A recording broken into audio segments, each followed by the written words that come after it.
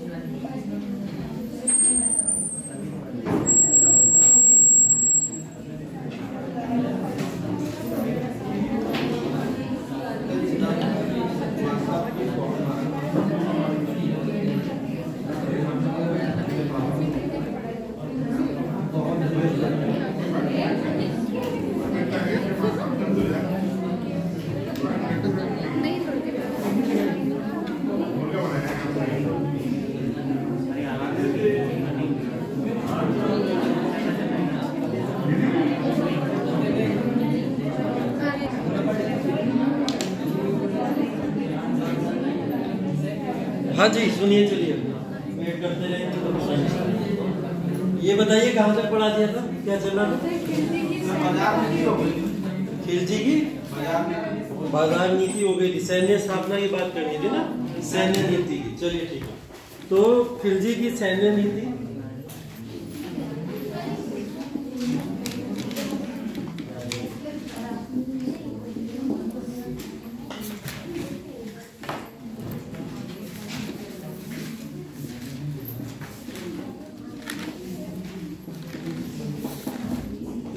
ये हम लोग अलाउद्दीन खिलजी की बात कर रहे हैं, ध्यान रखिए। अलाउद्दीन खिलजी की बात कर रहे हैं और अलाउद्दीन खिलजी में हम लोग ने तमाम चीजें पढ़ ली थी। अब उसकी सैन्य नीति की बात करनी है, ठीक है। इससे पहले कौन कौन सी नीतियों की बात कर ली थी हम लोग ने? बाजार नीति की बात कर ली थी, और भूमि की माप कर ली थी। हाँ भूमि का माप। अच्छा, भूमि का मापन बात कर ली थी, और क्या बात की थी? कुछ कर व्यवस्था वगैरह बात कर ली थी। कर व्यवस्था में कौन कौन से कर थे? पॉपुलर बताओ, पॉपुलर कर कौन से?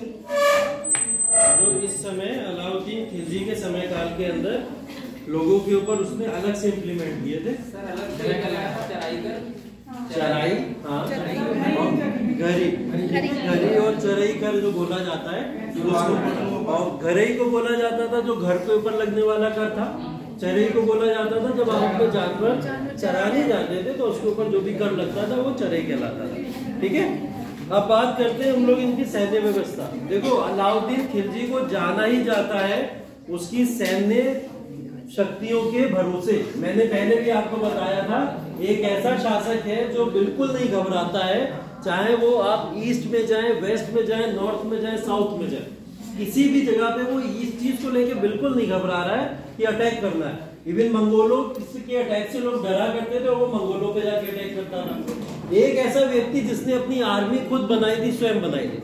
इसके पहले की आर्मी और अलाउद्दीन की आर्मी में डिफरेंस समझ लीजिए। पहले अलाउद्दीन की और इसके पहले की आर्मी में डिफरेंस ये है कि इससे पहले की जितनी भी आर्मी बनती थी वो सब जितने भी प्रांत होते थे, जिनको हम लोग प्रोविंसेस कहते हैं, उन प्रोविंसेस के सपोर्ट से अपनी आर्मी बनाया करते थे, ठीक है। आगे चल के आप ब्रिटिशर्स के बारे में पढ़ोगे तो ब्रिटिशर्स के समय में देखोगे अवध के अंदर ब्रिटिशर्स की आर्मी, इसका क्या मतलब है? अवध के अंदर ब्रिटिशर्स की आर्मी का क्या मतलब है? अवध के अंदर ब्रिटिशर्स की आर्मी नहीं थी। अवध के अंदर कौन थे? अवध के ही सिपाही हुआ करते थे। तो सपोर्ट किसका लेते थे? अवध के प्रांत का अंग्रेज सपोर्ट लेते थे, जिसके थ्रू वो लोग क्या करते थे? अपना रूल और आर्मी को स्टैब्लिश करते थे। ये काम पहले के शासक भी किया करते थे, लेकिन अलाउद्दीन ने थोड़ी अलग नीति बनाई। अलाउद्दीन ने बोला कि वो अपनी सेल्फ की खुद की आर्मी बनाएगा, और उसने यहाँ पे सेल्फ की आर्मी बनाई। यहाँ पे पहली बार ऐसा हुआ कि आर्मी को लेके वैकेंसी निकली थी, ठीक है।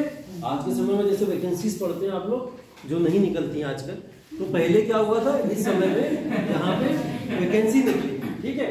तो सैन्य नीति की पहली शुभारंभ यहीं से हुई कि यहाँ पे एक वैकेंसी निकली, जिस वैकेंसी के तहत अलाउद्दीन खिलजी ने तमाम लोगों के लिए ओपन कर दिया कि आर्मी को आप ज्वाइन कर सकते हैं, ठीक है। तो ओपन कर दिया, इसको बोला जाता है स्टैंडिंग आर्मी, इंग्लिश में बोला जाता है परमानेंट स्टैंडिंग आर्मी, हिंदी में बताता हूँ।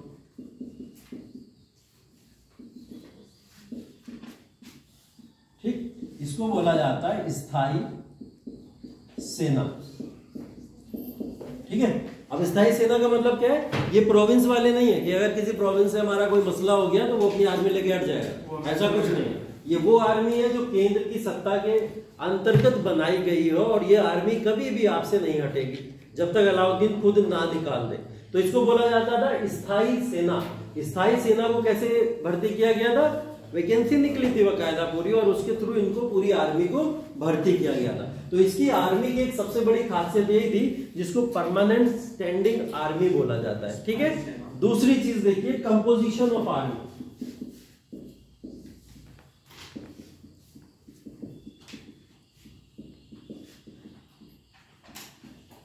ठीक है, इसके अंदर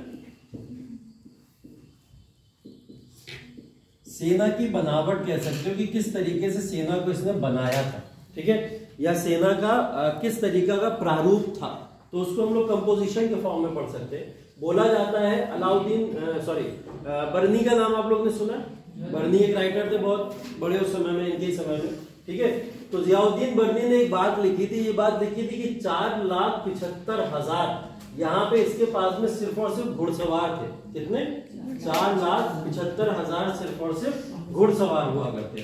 ठीक, और उसके अलावा आप अंदाजा लगा सकते हो जिसके पास में 4,75,000 घुड़सवार होंगे वो व्यक्ति पैदल सेना कितनी रखता होगा, है ना? तो पैदल सेना इसकी बोला जाता है कि इससे 2 टाइम्स मतलब मल्टीप्लाई कर दीजिए 2 से, लगभग 9 लाख की या 10 लाख की सेना इसकी पैदल सिपाहियों की हुआ करती थी। तो जिसके पास 10 लाख की सेना होगी, क्या वो कश्मीर पे अटैक नहीं करवा देगा? गुजरात पे अटैक नहीं करवा देगा? क्या देवगिरी में अटैक नहीं करवा सकता है? उड़ीसा के अंदर नहीं जा सकता अटैक करने? तो जिसके पास 10 लाख की आर्मी है वो लेके बैठा तो नहीं रहेगा वहां पे। अब आर्मी को इसने किस तरीके से डिवाइड किया था? मैंने बोला था इसने एकता व्यवस्था खत्म कर दी, छोटी छोटी एकताएं खत्म कर दी थी। अब छोटी एकताएं खत्म होने के बाद में पूरी आर्मी को यहाँ पे संभालेगा कौन? इतनी बड़ी आर्मी। तो इस आर्मी को संभालने के लिए इसने एक डिपार्टमेंट बनाया था। कोई डिपार्टमेंट का नाम बताएगा?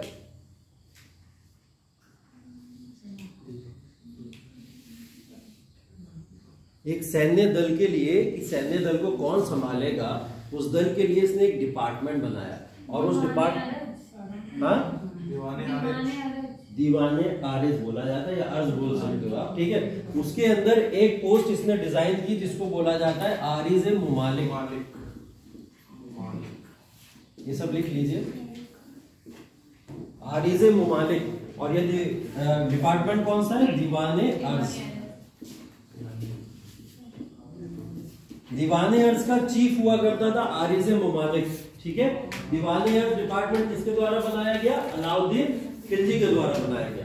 अलाउद्दीन ने इस डिपार्टमेंट को बना के यहाँ पे एक पोस्ट डिजाइन की जिस पोस्ट का नाम था आरिज मुमालिक। इसका मतलब होता था ये आर्मी का चीफ कमांडर होता था। इसका आर्मी का चीफ कमांडर हुआ करता था। ठीक, इस चीज को नोट कर लीजिए।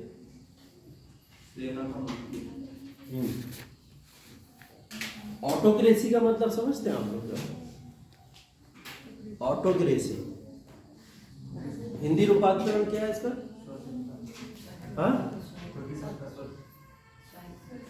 स्वायत्तता बोला जाता है। हाँ, मतलब खुद की सत्ता स्थापित करना। तो इसके अंदर अगर मैं बोलूं अलाउद्दीन खिलजी ने एक कंप्लीट ऑटोक्रेसी या फिर खुद की सत्ता स्थापित की थी, तो ये कहना सही है या गलत है? या पूरी तरीके से पूर्ण रूप से सही है, या आर्थिक सत्य है और आर्थिक गलत है? बताओ। आर्मी के डिजाइन को देख के क्या लग रहा है? कंप्लीट है ना? आर्मी को देख के तो यही लग रहा है जिस बंदे ने खुद की स्वयं की सेना पूरी बना के रखी है, सेना का कंट्रोल उसी के हाथ में, कोई प्रोविंस के पास में कोई कंट्रोल नहीं है, प्रांतों के पास में कोई कंट्रोल नहीं है, सारा कंट्रोल किसके पास में? सीधा सीधा अलाउद्दीन के पास में, सीधा केंद्र से सत्ता को स्थापित कर रहा है। तो इसको बोला जाता है कंप्लीट ऑटोक्रेसी। उस चीज को बोला जाता है जहां पे सत्ता का पूरा नियंत्रण हर एक विभाग का आपके पास में हो। जैसे और भी शासक आए उनकी कंप्लीट ऑटोक्रेसी क्यों नहीं कह सकते, क्योंकि सेना किसी और के भरोसे है, ठीक है, सेना प्रांतों के भरोसे, प्रांत सपोर्ट कर रहे हैं या कभी कोई राजा सपोर्ट कर रहा है, लेकिन इसकी खुद की सेना बनाई हुई थी, इसलिए इसके शासन को बोला जाता है कंप्लीट ऑटोक्रेसी का शासन, ठीक है। या हिंदी में जो वर्ड आप लोग बोल रहे हैं स्वायत्तता, उसको लिख लीजिए, यहाँ पे मेंशन कर लीजिए, इसकी वजह से इस चीज को बोला जाता है, ठीक है। इसके अलावा इसने जो अपनी आर्मी को डिजाइन किया था,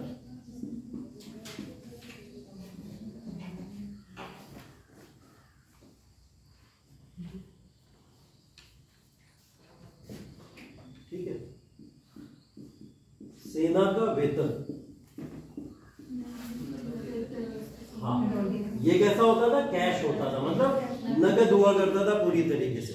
सेना का वेतन अभी तक जो भी शासक दे रहे थे कैसे दे रहे थे, जागीरों के थ्रू दे रहे थे, इक्ता के थ्रू दे रहे थे, जमीनों के थ्रू दे दिया करते थे, लेकिन इसने क्या करा, पूर्ण रूप से नगद वेतन देना शुरू कर दिया अपने तमाम सिपाहियों को। अब ये सोच लो कि 10 लाख की आर्मी अगर है जिसके पास में, वो व्यक्ति अपनी पूरी सेना को नगद कैश दे रहा होगा, तो इस वजह से इसको क्या करना पड़ा था, आगे पीछे पड़ा था ना, बाजार नियंत्रण बात की थी हम लोगों ने, तो इसको बाजार नियंत्रण करना पड़ा, मतलब महंगाई को कम करना पड़ा और लोगों को, सेना को अपने पाल सके उसके लिए इसको यहाँ पे लोगों को कैश देना था। कैश देने के लिए पैसा इसके पास में होना चाहिए। वो नगद पैसा कैसे आया, जब इसने अपनी राजस्व व्यवस्था को संभाला था, इसलिए हमने इससे पहले राजस्व व्यवस्था पढ़ी थी, ठीक है। तो ये 10 लाख अगर सैनिक सोचो, अब ये हमेशा तो इन्वॉल्व नहीं रहेंगे ना वॉर के अंदर, 10 लाख सैनिक लगातार वॉर के अंदर तो इन्वॉल्व नहीं रहेंगे, इनको पालना पड़ेगा, पालने के लिए ही पैसा दे रहा था। और जब इंपॉर्टेंट कोई समय आता था, उस समय में क्या करता था, ये अपनी पूरी आर्मी को उतार दिया जाता था।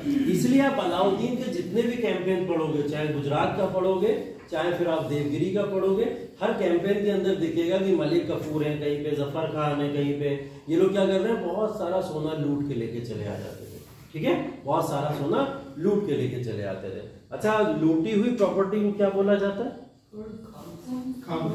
खम्स या खुम्स, ठीक है, चलो वो होता है लूटी प्रॉपर्टी को जब शेयर किया जाता है सेना के बीच में और राजा के बीच में, तो उसको बेसिकली खम्स बोला जाता है, ठीक है। तो ये बेसिकली देखिए इनसे रिलेटेड है, अलाउद्दीन खिलजी का पूरा सैन्य नीति इनकी सबसे ज्यादा स्ट्रॉन्ग तरीके से पढ़ी जाती है और यही इनका सैन्य नीति है पूरी तरीके से। इस सैन्य नीति को अगर आप कंक्लूड करेंगे थोड़ा सा, तो कंक्लूजन इसका ये हो सकता है कि अलाउद्दीन खिलजी की उन 300 सालों के अंदर जो दिल्ली सल्तनत ने शासन किया था, उन शासन में सबसे स्ट्रॉन्ग सैन्य नीति किसकी थी, वो अलाउद्दीन खिलजी की थी। और उसको आप प्रूव करते हुए इन तमाम चीजों को पॉइंट वाइज पॉइंट उसके अंदर मेंशन कर सकते हैं और डिटेल के अंदर जो भी चीजें मैंने बताई वो आप वहां पे मेंशन कर सकते हैं, ठीक है। इसके अलावा घड़ी चढ़ाई वाला टैक्स वैक्स तो बता ही दिया मैंने आपको। अब अलाउद्दीन खिलजी जब यहाँ से रूल करके चले जाते हैं, तो उसके बाद में यहाँ पे एक शासक और आता है, कौन आता है, मुबारक खिलजी आता है, ठीक है, मुबारक शाह खिलजी बोला जाता है। अब वो जो था पूरी तरीके से कह सकते हैं अयोग्य शासक, कह सकते हैं अयोग्य शासक था और वो अपनी सत्ता को ज्यादा संभाल नहीं पाया। हुआ क्या, यहाँ पे गयासुद्दीन तुगलक आ जाता है। गयासुद्दीन तुगलक वो व्यक्ति है जो अलाउद्दीन खिलजी की सेना के अंदर था। किसमें था, सेना में था, और सेना में बोला जाता था सुप्रीम कमांडर के तौर पे था। कुछ राइटर्स ने यह भी लिखा है कि आरिज़ ममालिक की पोस्ट के ऊपर भी कौन रह चुका था, गयासुद्दीन तुगलक रह चुका था। अब गयासुद्दीन तुगलक की जो इतनी स्ट्रॉन्ग इमेज है भारत के अंदर सत्ता को लेके, आर्मी को लेके, उसने क्या करा, उसको कन्वर्ट करना चाहेगा अपॉर्चुनिटी में। मतलब मुबारक शाह खिलजी तो एक बहुत इनकम्पीट कह सकते हैं हम लोग, शासक है या अयोग्य शासक है, उसकी जगह हम सीधा ट्रांसफर करेंगे कहाँ पे, गयासुद्दीन तुगलक की तरफ। तो गयासुद्दीन तुगलक आए और आने के बाद में मुबारक शाह खिलजी की हत्या करके इस रूल को अपने हाथों में ले लिया। यहीं से शुरू हो जाता है क्या, तुगलक वंश। और ये वंश जो है तुगलक वंश, इसको सॉरी भाई, इसके बाद में खुसरो खान है, तो खुसरो खान की हत्या करके और फिर बाद में वो रूल को ले लेता है, ठीक है। 4 साल मुबारक शाह खिलजी आता है, 16 से लेके 20 तक, ये क्रोनोलॉजी में देख लेना। 20 में आ जाता है खुसरो शाह, और खुसरो शाह की हत्या होगी, वहां पे गयासुद्दीन तुगलक रूल अपने हाथों में ले लेता है, ठीक है। हाँ, तो इसके बाद में जब गयासुद्दीन तुगलक के पास में रूल आता है तो यहाँ से क्या शुरू होता है, तुगलक वंश। और तुगलक वंश वो वंश है पूरे साम्राज्य के अंदर जिसको बोला जाता है सबसे स्ट्रॉन्गेस्ट रूलर इसी समय में हुआ करते थे। जैसे अगर मैंने बताया था उस दिन आपको ये मैप बना के, तो इस मैप के अंदर मैंने बोला था उत्तर भारत तो पहले ही दिल्ली सल्तनत के कंट्रोल में था, अलाउद्दीन खिलजी यहाँ तक तो आ चुका था, लगभग इतना था। ठीक है, आगे जब हम लोग काल पढ़ेंगे गयासुद्दीन तुगलक के बाद मोहम्मद बिन तुगलक और फिरोज शाह तुगलक, खासकर ये दोनों एमबीटी और एफएसटी, इन दोनों के काल के अंदर ये रूल बेसिकली इन पूरे रीजन के अंदर भी फैल चुका था। अब बोला जाता है ये पूरा का पूरा भारत जो था वो तुगलकों के अधिकार क्षेत्र में आता था। ठीक है, तुगलकों के अधिकार क्षेत्र में इधर का थोड़ा सा रीजन बचा हुआ था। कौन सा रीजन है ये, सेवन सिस्टर्स बोलते हैं जिसको हम लोग। ठीक है, तो ये उधरी की जो 7 स्टेट्स हैं पूर्व के साइड में, वो थोड़ी बहुत बची रह गई इनसे, वो भी कल्चर की वजह से इन्होंने इनको छोड़ दिया, अदरवाइज लगभग पूरा भारत इन्होंने कैप्चर कर लिया। ठीक है, इसके बाद में यहाँ से तुगलक वंश सबसे स्ट्रॉन्गेस्ट वंश इसलिए होता है, इन लोगों की बहुत सारी बेवकूफियां भी पढ़ोगे भी आप लोग, और बहुत सारे कार्य ऐसे भी पढ़ोगे कि जिसकी वजह से भारत के अंदर आज तक उन परंपराओं को माना जाता है, चलती रहती है। कौन सी ऐसी परंपराएं क्या है, शर्मा जी ये लगाओ तो उधर।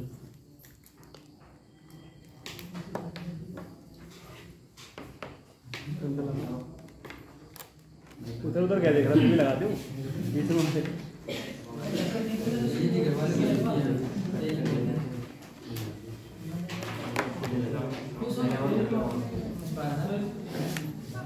उधर ही आना ही पड़ेगा, इतना ले जाओ। तोड़ दो सब्जी तोड़ दो।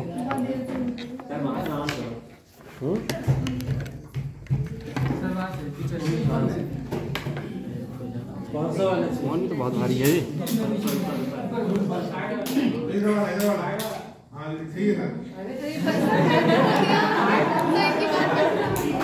यही गोली मार देंगे तो खाली समझ रहा सर, लाइट बंद कर दो तो पंखा चला दो। सर को खाली समझ रहा, लाइट बंद कर दो पंखा चला दो। कल तो इसी में लगा था, आज भी लगना चाहिए। आज भी लगा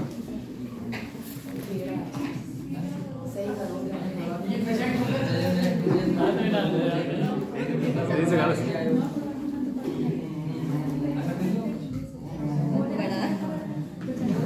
अरे अरे गले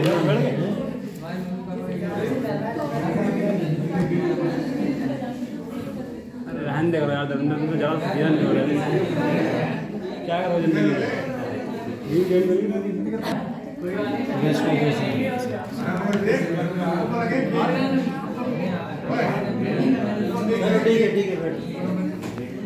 आप आने चाहिए।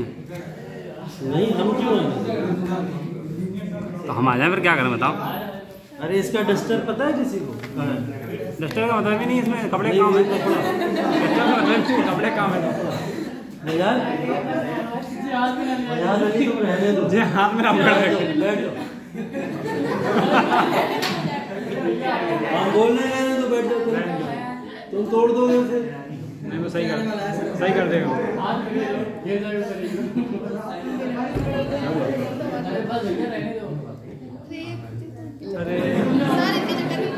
अरे ठीक है मेरे ताऊ, बैठ जाओ। ठीक है, खींचो इसे पकड़ के, बैठ जाओ चलो, आ जाओ हो गया। ठीक है, कर दिया बर्बाद, कुछ हो गए।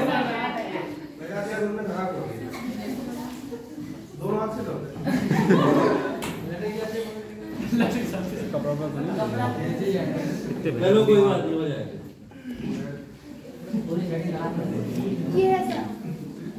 कह रहा पूरी सेटिंग खराब कर दीजिए सर जी। सही मिल गया। तो कोई समझदार आदमी चला करो। कपड़ा हम घर ले जाते हैं ना।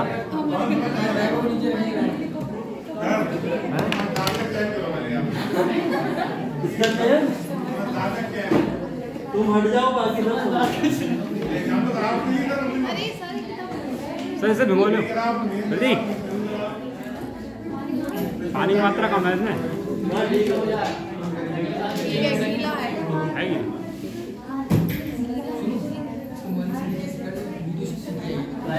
नहीं फिर सर नहीं आऊँगा ऐसा अर्जन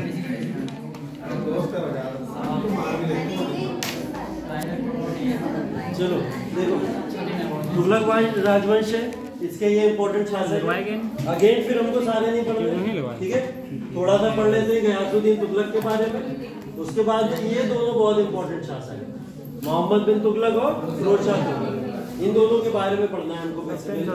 बाकी सब आए और गए, हमें कोई लेना देना नहीं खास उनसे। बेसिकली ये दो शासक और गयासुद्दीन तुगलक का थोड़ा सा इतिहास, बस यही हमारे लिए काम का है, ठीक है। बस कौन थे? गयासुद्दीन, मोहम्मद बिन तुगलक और फिरोज शाह तुगलक, ये तीन शासक हैं, ठीक है, इनके बारे में ही पढ़ना। तो शुरू करते हैं गयासुद्दीन तुगलक से, ठीक। लिख लो 20 से 25 96 साल शासक था तुगलक।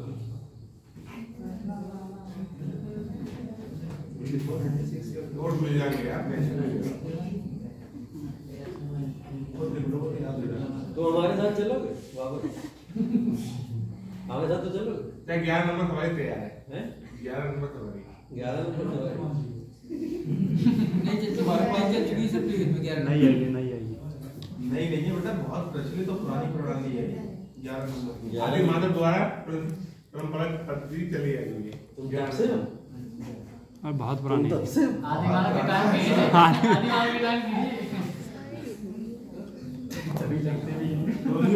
बनते हैं आप जितने लोग हैं ना उसी प्रजाति की ले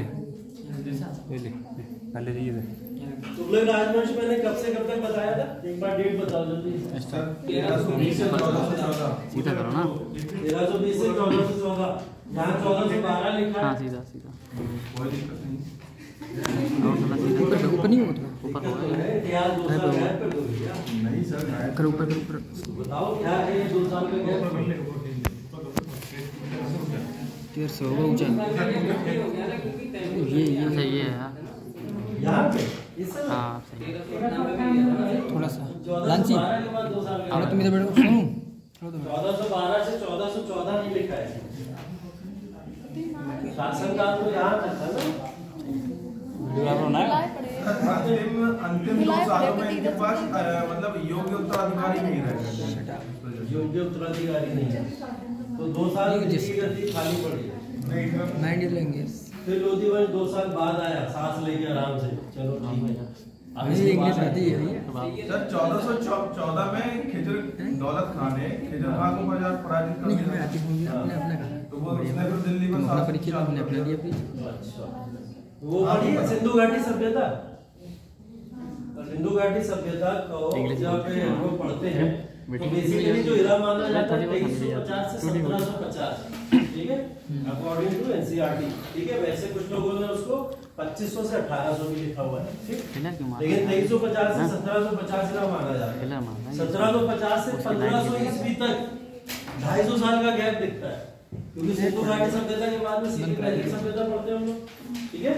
वैदिक सभ्यता और सिंधु घाटी सभ्यता में 250 साल का गैप दिखता है, 1750 बीसी से लेकर 1500। ये क्या है, मतलब 250 साल का इतिहास ही खत्म, यहाँ पे गलत रखा 250 साल का इतिहास खत्म कर दिया गया, या मिलता नहीं है या कहीं लिखा नहीं। साक्ष्य तो हमें सिंधु घाटी के भी तो नहीं मिले थे, बस पढ़ने को तो कुछ नहीं मिला हमें। सिंधु घाटी के बाद में जो भी हमने साक्ष्य कह सकते हो कि हमको रिटन प्रमाण नहीं मिले, सबसे ऑथेंटिक साक्ष्य तो वही माना जाता है ना, कल्पनाएं की जा सकती हैं। हाँ, वस्तुएं मिल गई, कुछ ऐसी चीजें मिल गई, हमने अंदाजा लगा लिया सिंधु घाटी सभ्यता। 250 साल का गैप क्यों हुआ, ये तो पता ही है ना सबको। 250 साल में इतिहास में कुछ नहीं पढ़ते हैं उन 250 साल कि सिंधु घाटी सभ्यता सीधे वैदिक सभ्यता पे आ जाते हैं, और उन 250 साल पढ़ते तो हैं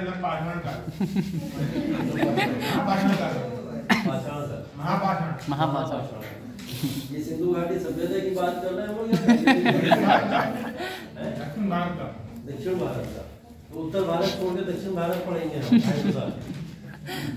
अच्छा, तुम्हारे लॉजिक 250 साल का गैप जो है इसको इतिहासकारों ने ट्रांजिशन फेज करके छोड़ दिया। इस काल के अंदर कोई भी ऐसी चीज नहीं मिलती है देखने को जो इतिहास के अंदर लिखी गई हो या रिटन प्रमाण हो या फिर हमें कोई साक्ष्य में मिले हो। बोला जाता था जब सिंधु घाटी सभ्यता खत्म हुई तो उसके पीछे बहुत सारे कारण बोले जाते हैं, ठीक है। मैं इनसे पढ़ा नहीं रहा हूँ, बस बता रहा हूँ यहाँ से कनेक्ट करने के, ठीक है।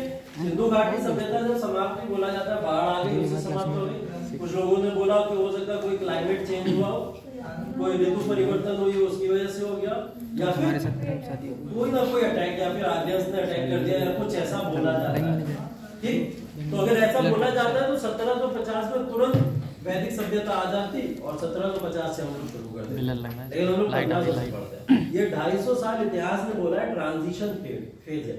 और ट्रांजिशन फेज का मतलब ये होता है कि जब एक सभ्यता दूसरी सभ्यता में कन्वर्ट हो रही होती है तो वो क्या होता है, एक पूरा का पूरा काल उसके अंदर जाता है, ठीक है।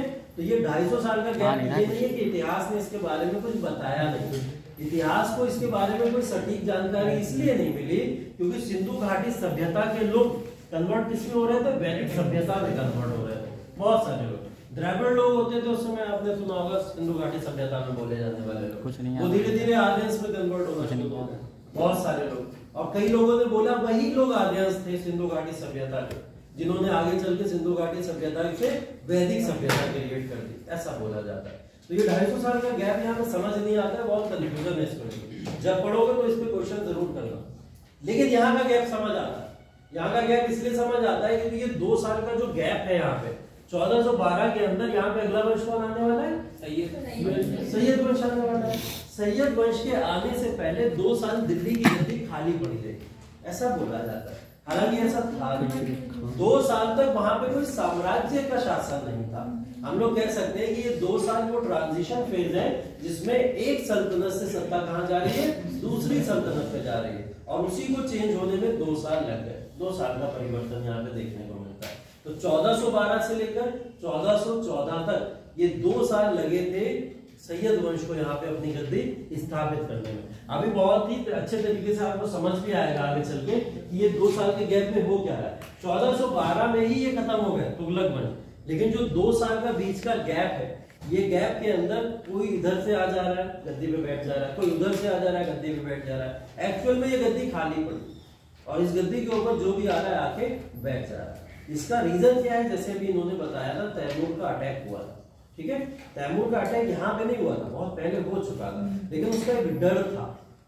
वो एक डर बना के गया था कि इसके वंशज या ये लोग आके हमारे ऊपर अटैक कर सकते हैं, इसलिए लोग दिल्ली की गद्दी छोड़ के भाग गए, ठीक है। तो ये वो 2 साल गैप रहा, दिल्ली की गद्दी पे कोई नहीं बैठा, इसलिए यहाँ पे आगे चल के सैयद वंश ने इस गद्दी को ले लिया। और सैयद वंश था कौन, वही था जो तैमूर यहाँ पे उनको छोड़ के गया था, ठीक है। चलो समझना शुरू करते हैं, ये तो इसके बारे में बता, ठीक है। गयासुद्दीन तुगलक खुसरो शाह की हत्या के बाद में गद्दी के ऊपर बैठा, विराजा था गद्दी के ऊपर, ठीक। ऐसा ही दिखता था, ये रियल पेंटिंग है। अमिताभ बच्चन, ठीक है। चलो, तुगलक वंश को बेसिकली करोना तुर्कों के नाम से या उनके वंशज के रूप में जाना जाता है। कौन है ये लोग, करोना तुर्क, ये जो वर्ड है, ठीक है। करोना तुर्क, या इससे पहले आपने जितने भी तुर्क पढ़े उन तुर्कों के अंदर हमने या तो इल्बरी देख लिया, ठीक है। इल्बरी कुछ तुर्क हुआ करते थे, कुछ तुर्क हुआ करते थे जो हमारे पश्चिमी प्रांत के तुर्क होते थे, उनको बोला जाता था पश्तूनी तुर्क बोला जाता था। ऐसे तमाम तुर्क देखने को मिलते हैं।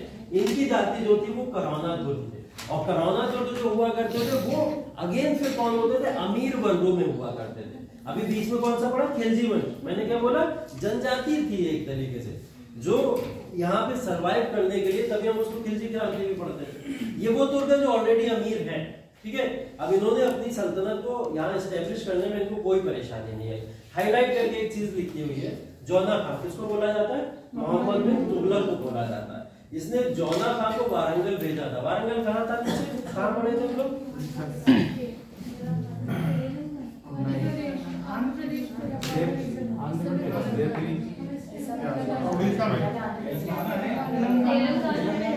आंध्र प्रदेश, तेलंगाना, उड़ीसा तट पे ही लगता है। जितना जितना ये जो बाउंड्री है, ये वारंगल उत्तर प्रदेश क्या, आंध्र प्रदेश उत्तर प्रदेश में क्या कहना क्या चाहते हो? कुछ नहीं, ये बताओ, समझाओ। बताओ। चलो इसके बारे में जोना खान ने जाजनगर जो उड़ीसा है बेसिकली एक सबल अभियान का यहाँ नेतृत्व किया था। ये क्वेश्चन है प्रीलिम्स का, इसलिए इसको हाईलाइट किया गया। ठीक है, ये क्वेश्चन कहाँ का है? प्रीलिम्स का। प्रीलिम्स के अंदर यही पूछा गया था कि जो गयासुद्दीन तुगलक है उसने मोहम्मद बिन तुगलक को कहाँ की विजय के लिए भेजा। ठीक है, 2 विजय है बेसिकली, एक वारंगल की और एक जाजनगर उड़ीसा की। इनकी विजय के लिए यहाँ पे इनको भेजा। ठीक है, गयासुद्दीन तुगलक ऐसा व्यक्ति है जिसने कृषि के ऊपर काम किया। पहला शासक है जो कृषि के लिए वेलफेयर प्रोग्राम लेके आया है। ठीक है, अभी तक कृषि के ऊपर काम कौन शासक करते थे? वो शासक किया करते थे जिनको कुछ फायदा कृषि से मिला करता था। अब ये कृषि से लोगों को फायदा देना चाहता था। ठीक है, तो इसने क्या करा? यहाँ पे सिंचाई का काम शुरू कर दिया, इरिगेशन, कैनाल सिस्टम। ठीक है, और कैनाल सिस्टम का बहुत अच्छी तरीके से उपयोग आगे चल के करेगा मोहम्मद बिन तुगलक और फिरोज शाह तुगलक। लेकिन शुभारंभ करने वाला कौन है? गयासुद्दीन तुगलक। ये पहला सुल्तान है जिसने यहाँ पे सिंचाई का कार्य शुरू किया था। सिंचाई के कार्य की जरूरत क्यों पड़ रही है भारत में? कृषि तो बहुत अच्छी है हमारी, ऑलरेडी पानी भी बहुत है हमारे यहाँ, नदियों का तो बोला जाता है संगम है हमारे यहाँ, बहुत अच्छी। उसके बाद में भी इस जमाने में हमें सिंचाई व्यवस्था की जरूरत क्यों पड़ी? सिंचाई बेसिकली क्यों करी जाती है? पानी के लिए। पानी आएगा, पानी से फसलें हमारी और अच्छी हो जाएंगी, ऐसा बोला जाता है। तो पानी की कमी तो है, पानी तो आराम से हमारे पास अवेलेबल था, फिर सिंचाई करने की क्या जरूरत? सर ऐसा है, कुछ क्षेत्रों में पानी व्यवस्था सही नहीं थी। कुछ क्षेत्रों में ये नदियाँ दूर है, हाँ। यही हम यहाँ देवा से यहाँ लाना पानी को,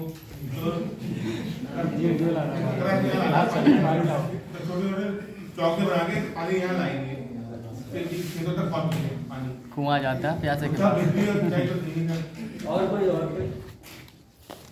आधुनिक पद्धति। हाँ ठीक है, कुआं जाता है। सिंचाई व्यवस्था की जरूरत क्यों पड़ी? सिंचाई व्यवस्था मैंने बोला नदियाँ नाले बहुत है हमारे पास। नदियाँ नाले, भूमि जो थी हमारी बेसिकली लैंड, हमारा जो भी सेटलमेंट था, उस लैंड सेटलमेंट से नदियों की दूरी अब बढ़ने लगी। ये वो सीधा था। ठीक है, पहले लोग कृषि करने के लिए कहाँ पे जाते थे? जो उपजाऊ भूमि होती थी और आसपास पानी हुआ गंगा ठीक है, हाँ, उसी रीजन में जाते थे और वहीं पे जाके खेती किया करते थे। यहाँ पे इसने क्या करा? तमाम ऐसी जगहों को, अभी आगे पीछे आप लोगों ने देखा था अलाउद्दीन खिलजी का। अलाउद्दीन खिलजी ने क्या करा था? जितनी भी भूमि लोगों के पास में थी उसको ले लेके सब सरकार की भूमि बना दी थी। ठीक है, हाँ, वहां पे एक चीज बताना भूल गया मैं, 2 तरीके की चीजें थी।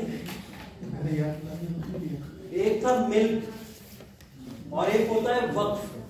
दिख रहा है नहीं दिख रहा? एक था मिल्क और एक था वक्फ। ठीक है, मिल्क और वक्फ का मतलब ये होता है कि मिल्क को बोला जाता है कि वो कर होता है बेसिकली, या वो ऐसी एक पद्धति होती है जिसके थ्रू इनके पास में जितनी भी जमीन थी लोगों के पास में, खास करके गिफ्ट के रूप में कभी किसी ने दे दी होगी, कभी किसी ने कह सकते हैं हम लोग, खोलो यार कभी किसी ने क्या करा होगा? सरकार ने गिफ्ट के फॉर्म में दे दी होगी किसी को भी, किसी से भी खुश हुआ और राजा ने क्या दे दी? प्रजा को दे दी गिफ्ट के फॉर्म में। ऐसी प्रॉपर्टी को बोला जाता था मिल्क। ठीक है, मतलब मिल्क के द्वारा मिली गई जितनी भी धरती थी या भूमि थी वो सारी की सारी क्या हो गई? वो मिल्क भूमि हो गई। ठीक है, ऐसी सारी की सारी जमीनों को कब्जा लिया किसने? अलाउद्दीन खिलजी ने। अलाउद्दीन खिलजी ने वापस दे लिया। अब उसके बाद वक्फ है। वक्फ समझते हो क्या होता है? वक्फ बोर्ड नाम सुना होगा आजकल आपने। सर किसी को एक तरीके से एक संस्था संस्था संवैधानिक संस्था है, ये गवर्नमेंट द्वारा गठित है। उनकी बात की कंट्रोल करती है, उसका संरक्षण करती है।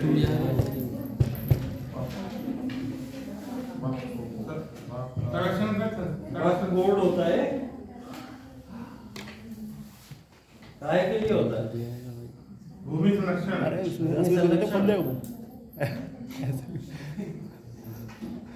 वक्फ बोर्ड बेसिकली होता है जो प्रॉपर्टी धार्मिक चीजों के लिए दान में दी जाए राजाओं के द्वारा या सेंट्रल के द्वारा, केंद्र के द्वारा या सरकार के द्वारा। ऐसी भूमि क्या होती है? वक्फ की भूमि होती है। और वक्फ की भूमि बेसिकली उस समय में किसको दी जाती थी? मुस्लिम लोगों को दी जाती थी, जिसपे वो अपनी भूमि या जो भी क्षेत्र होता था उस क्षेत्र के ऊपर अपना कोई भी कार्य करा करते थे। ठीक है, अब यहाँ पे क्या हुआ, इस समय में अलाउद्दीन खिलजी ने वक्फ की जितनी प्रॉपर्टी थी वो सारी प्रॉपर्टी की कब्जा ली। अब ये सारी जमीनें किसके अंडर में? सेंट्रल के अंदर में, मतलब केंद्र के अंडर में। इसी का फायदा कौन उठाया आगे चल के? गयासुद्दीन तुगलक। सब केंद्र के हाथ में सारी की सारी प्रॉपर्टी है। केंद्र क्या करेगा? जाओ तुम यहाँ पे खेती करो, जाओ तुम यहाँ पे खेती करो। तो खेती को पूरे भारत में फैला दिया गया। ठीक है, अब जब खेती को फैलाओगे तो वहां तक पानी भी तो पहुंचाना है। पानी पहुंचाने के लिए क्या करना पड़ेगा? यहाँ पे सिंचाई का कार्य। आराम से गिरेगा हाथ। ये है मिल्क और ये है वक्फ। ये वो प्रॉपर्टीज हैं जो मैंने आपको बताई। मिल्क प्रॉपर्टी उसको बोला जाता है जब प्रॉपर्टी किसी को अनुदान में गिफ्ट के फॉर्म में दी जाए, उसको मिल्क कहा जाता है। वक्फ बोलते हैं धार्मिक चीजों के लिए को दान में दिया जाता है, तो उसको वक्फ। मिल्क और वक्फ इसको अलाउद्दीन ने कब्जा लिया था बेसिकली। ठीक है, देखिए उसके बाद ये पहला सुल्तान है जिसने गाजी मलिक का मतलब काफिरों का, ठीक है, काफिरों की हत्या करने वाला। इनके समय में एक सूफी संत है निजामुद्दीन औलिया। ठीक है, निजामुद्दीन औलिया का कहानी बहुत इंस्पायर है इनसे। ठीक, अभी बताते हैं उसके बारे में। तो बुलंद साफ लिखा हुआ है, इससे टकराव हुआ था। ठीक है, टकराव की प्रवृत्ति कैसे पैदा हो गई, क्या हो गई? एक्चुअल में गयासुद्दीन तुगलक क्या करता था, चाहे वो कोई भी व्यक्ति हो, धार्मिक रूप से अगर वो उच्च व्यक्ति भी है, अगर कोई सूफी किस्म का व्यक्ति भी है, कोई अगर किसी भी तरीके का संत किस्म का भी व्यक्ति है, सबके ऊपर कर लगाया करता था। अभी तक क्या करते थे ये लोग? ऐसे लोगों को कर से छोड़ दिया करते थे पुराने जितने भी शासक। लेकिन गयासुद्दीन तुगलक का क्या था? बोले जो हमारे संरक्षण में रहेगा वो हमको कर देगा। इसने दबाव बनाया निजामुद्दीन औलिया के ऊपर। निजामुद्दीन औलिया वो जिनकी दिल्ली के अंदर दरगाह है। ठीक है, और ये सूफी अभी परंपरा जब मैं आपको पढ़ाऊंगा तो सूफी परंपरा में चिश्ती समुदाय के बहुत बड़े एक संत हैं। ठीक है, तो ये इन्हीं के समय में थे। तो जब इन्होंने बोला गयासुद्दीन तुगलक ने कि आपको भी हमें कर देना पड़ेगा, टैक्स देना पड़ेगा, तो निजामुद्दीन का उसके ऊपर किसी भी तरीके का कोई भी कमेंट नहीं आया। ये कहता हुआ ये अभियान के लिए निकल गया है। कौन? गयासुद्दीन तुगलक। गयासुद्दीन एक अभियान पे जाता है। यहाँ पे बंगाल और बिहार बेसिकली इंडिपेंडेंट खुद को घोषित कर चुके थे। ठीक है, और बंगाल बिहार को दबाने के लिए गयासुद्दीन तुगलक खुद निकल जाता है। और जब ये निकलता है यहाँ से, तो वहां से जीत के निकलता है। कैसे निकला? जीत के निकला। बंगाल बिहार को कैप्चर कर लिया और कैप्चर करके वहां से वापस लौटता होता है। और वापस लौटते समय ये बोलता है कि अपने सैनिकों से कहता है जो दिल्ली के अंदर प्रेजेंट है, उनसे कहता है कि अभी निजामुद्दीन को जाके बोल दो कि दिल्ली मेरी खाली कर दे। ठीक है, क्या बोल देता है? कि दिल्ली मेरी खाली कर दे। क्योंकि निजामुद्दीन औलिया वो व्यक्ति थे जिससे मुस्लिम समाज के सभी लोग जुड़े हुए थे। अगर निजामुद्दीन है मतलब गयासुद्दीन का प्रभाव थोड़ा कम हो जाता था उससे। और प्लस कर भी नहीं दे रहे, कर व्यवस्था की भंग हुई है पूरी की पूरी। तो निजामुद्दीन औलिया के लिए एक संदेश भेजा, बोले कि अभी मेरी दिल्ली पूरी खाली कर दो। और ये रास्ते से आ रहे हैं। तो निजामुद्दीन औलिया ने यहाँ पे बोला था दिल्ली अभी दूरस्थ। ठीक है, दिल्ली अभी दूर, और दिल्ली अभी दूर है। सच में वो दिल्ली दूर ही रहेगी इनकी। ठीक, हुआ क्या कि गयासुद्दीन तुगलक जब यहाँ से निकले, रास्ते में एक जगह उत्तर प्रदेश के अंदर यहाँ पे मोहम्मद बिन तुगलक ने इनका वेलकम किया। जौना खान बोले आप जीत के आ रहे हो, बंगाल बिहार की विजय बहुत बड़ी बात है, हम आपको यहाँ पे वेलकम करते हैं। और उसने क्या करा, एक बहुत बढ़िया लकड़ी का महल बनवाया पूरा। ठीक है, लकड़ी का महल बनवाया और उस लकड़ी के महल के अंदर काफी अरेंजमेंट्स किए। बोले कि गयासुद्दीन तुगलक आ रहे। गयासुद्दीन तुगलक मोहम्मद बिन तुगलक का कौन है? बेटा। वो ठीक है, गयासुद्दीन तुगलक का बेटा मोहम्मद बिन तुगलक है। तो ये अपने फादर के लिए तमाम अरेंजमेंट करता है। अब ये अरेंजमेंट करने के बाद में जब ये वहां पहुंचे तो इन्होंने सोचा कि थोड़ा आराम कर लिया जाए, रुक लिया जाए। यहाँ पे रुकने के बाद में फिर दिल्ली की तरफ कूच करेंगे। शासक ऐसे होते थे, युद्ध कर करा के रुकते रुकाते आते थे। और रास्ते में जौना था वहीं पे जब गवर्नर है तो वो क्या करेगा, इनको वेलकम करेगा वहां। वेलकम किया, लकड़ी का पूरा ब्रिज बनवाया, लकड़ी का ब्रिज रात में ही गिरा, गयासुद्दीन तुगलक उसमें दबे और निपट गए। तो दिल्ली सच में दूर थी, दिल्ली तक नहीं पहुंच पाए। और इसके अंदर बोला जाता है मोहम्मद बिन तुगलक की षड्यंत्र था इसके पीछे, उसने पिताजी की हत्या करवाई, ऐसा बोला जाता है। हालांकि मोहम्मद बिन तुगलक ने इस बात को इनकार किया है, बोले नहीं ऐसा कुछ नहीं है। अब यहाँ पे अमीर खुसरो का भी एक कथन पढ़ेंगे आप, उसके अंदर लिखा है मोहम्मद बिन तुगलक ने जानबूझ के ऐसा किया। उन्होंने लिखा पूरा का पूरा इसके बारे में, उन्होंने लिखा कि जब वो लकड़ी का ब्रिज बनवा रहा था तो लकड़ी के ब्रिज बनवाने के बाद में उसने जानबूझ के चारों तरफ हाथी बांध दिए थे। हाथी बांधे, हाथी क्यों बांधे थे? कि हाथी भारी भरकम है, जब चलेंगे तो लकड़ी का पुल हिल जाएगा।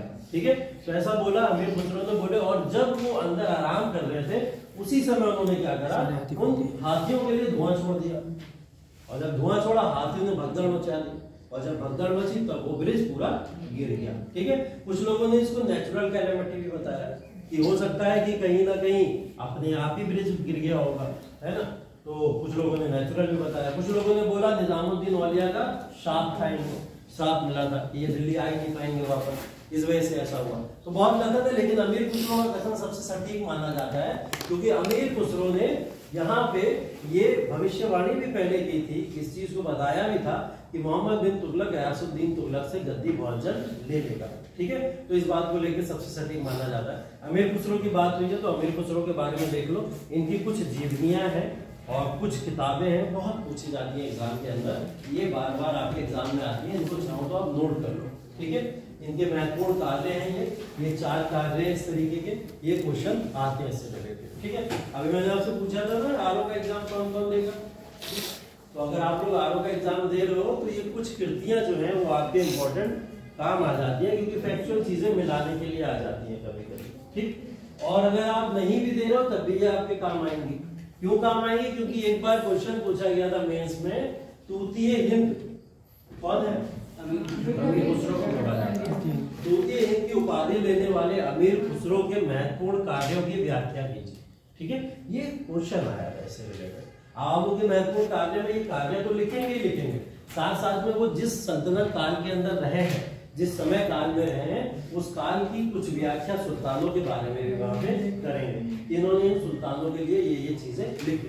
तभी मैंने अभी एक कथन बताया कि मोहम्मद बिन तुगलक के बारे में भविष्यवाणी करना, निजामुद्दीन औलिया के बारे में बोलना, गयासुद्दीन तुगलक की मौत कैसे हुई, अब मोहम्मद बिन तुगलक के षड्यंत्र के द्वारा हुई थी, इस चीज को यहाँ पे बताया गया। ठीक है,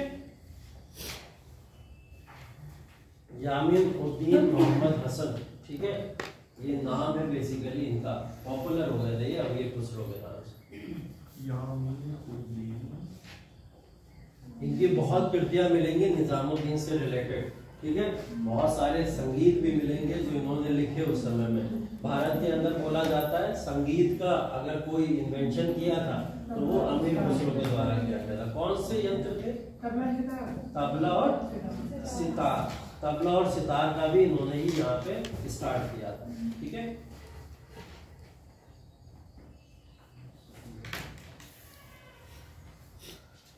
अमीर खुसरो को डिटेल में भी पढ़ने को मिलेगा। जब सूफी सल्तनत पढ़ोगे या सूफी परंपरा पढ़ोगे तो उसमें अमीर खुसरो के बारे में पढ़ने को मिलेगा।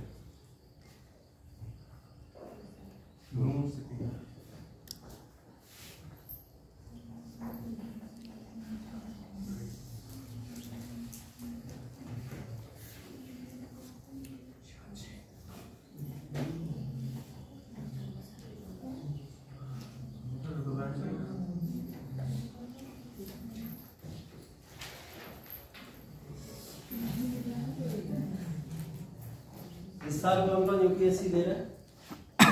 24 कितने लोग हैं? बस 2 3, बाकी 25 में लोग। 25 में कौन कौन दे रहे?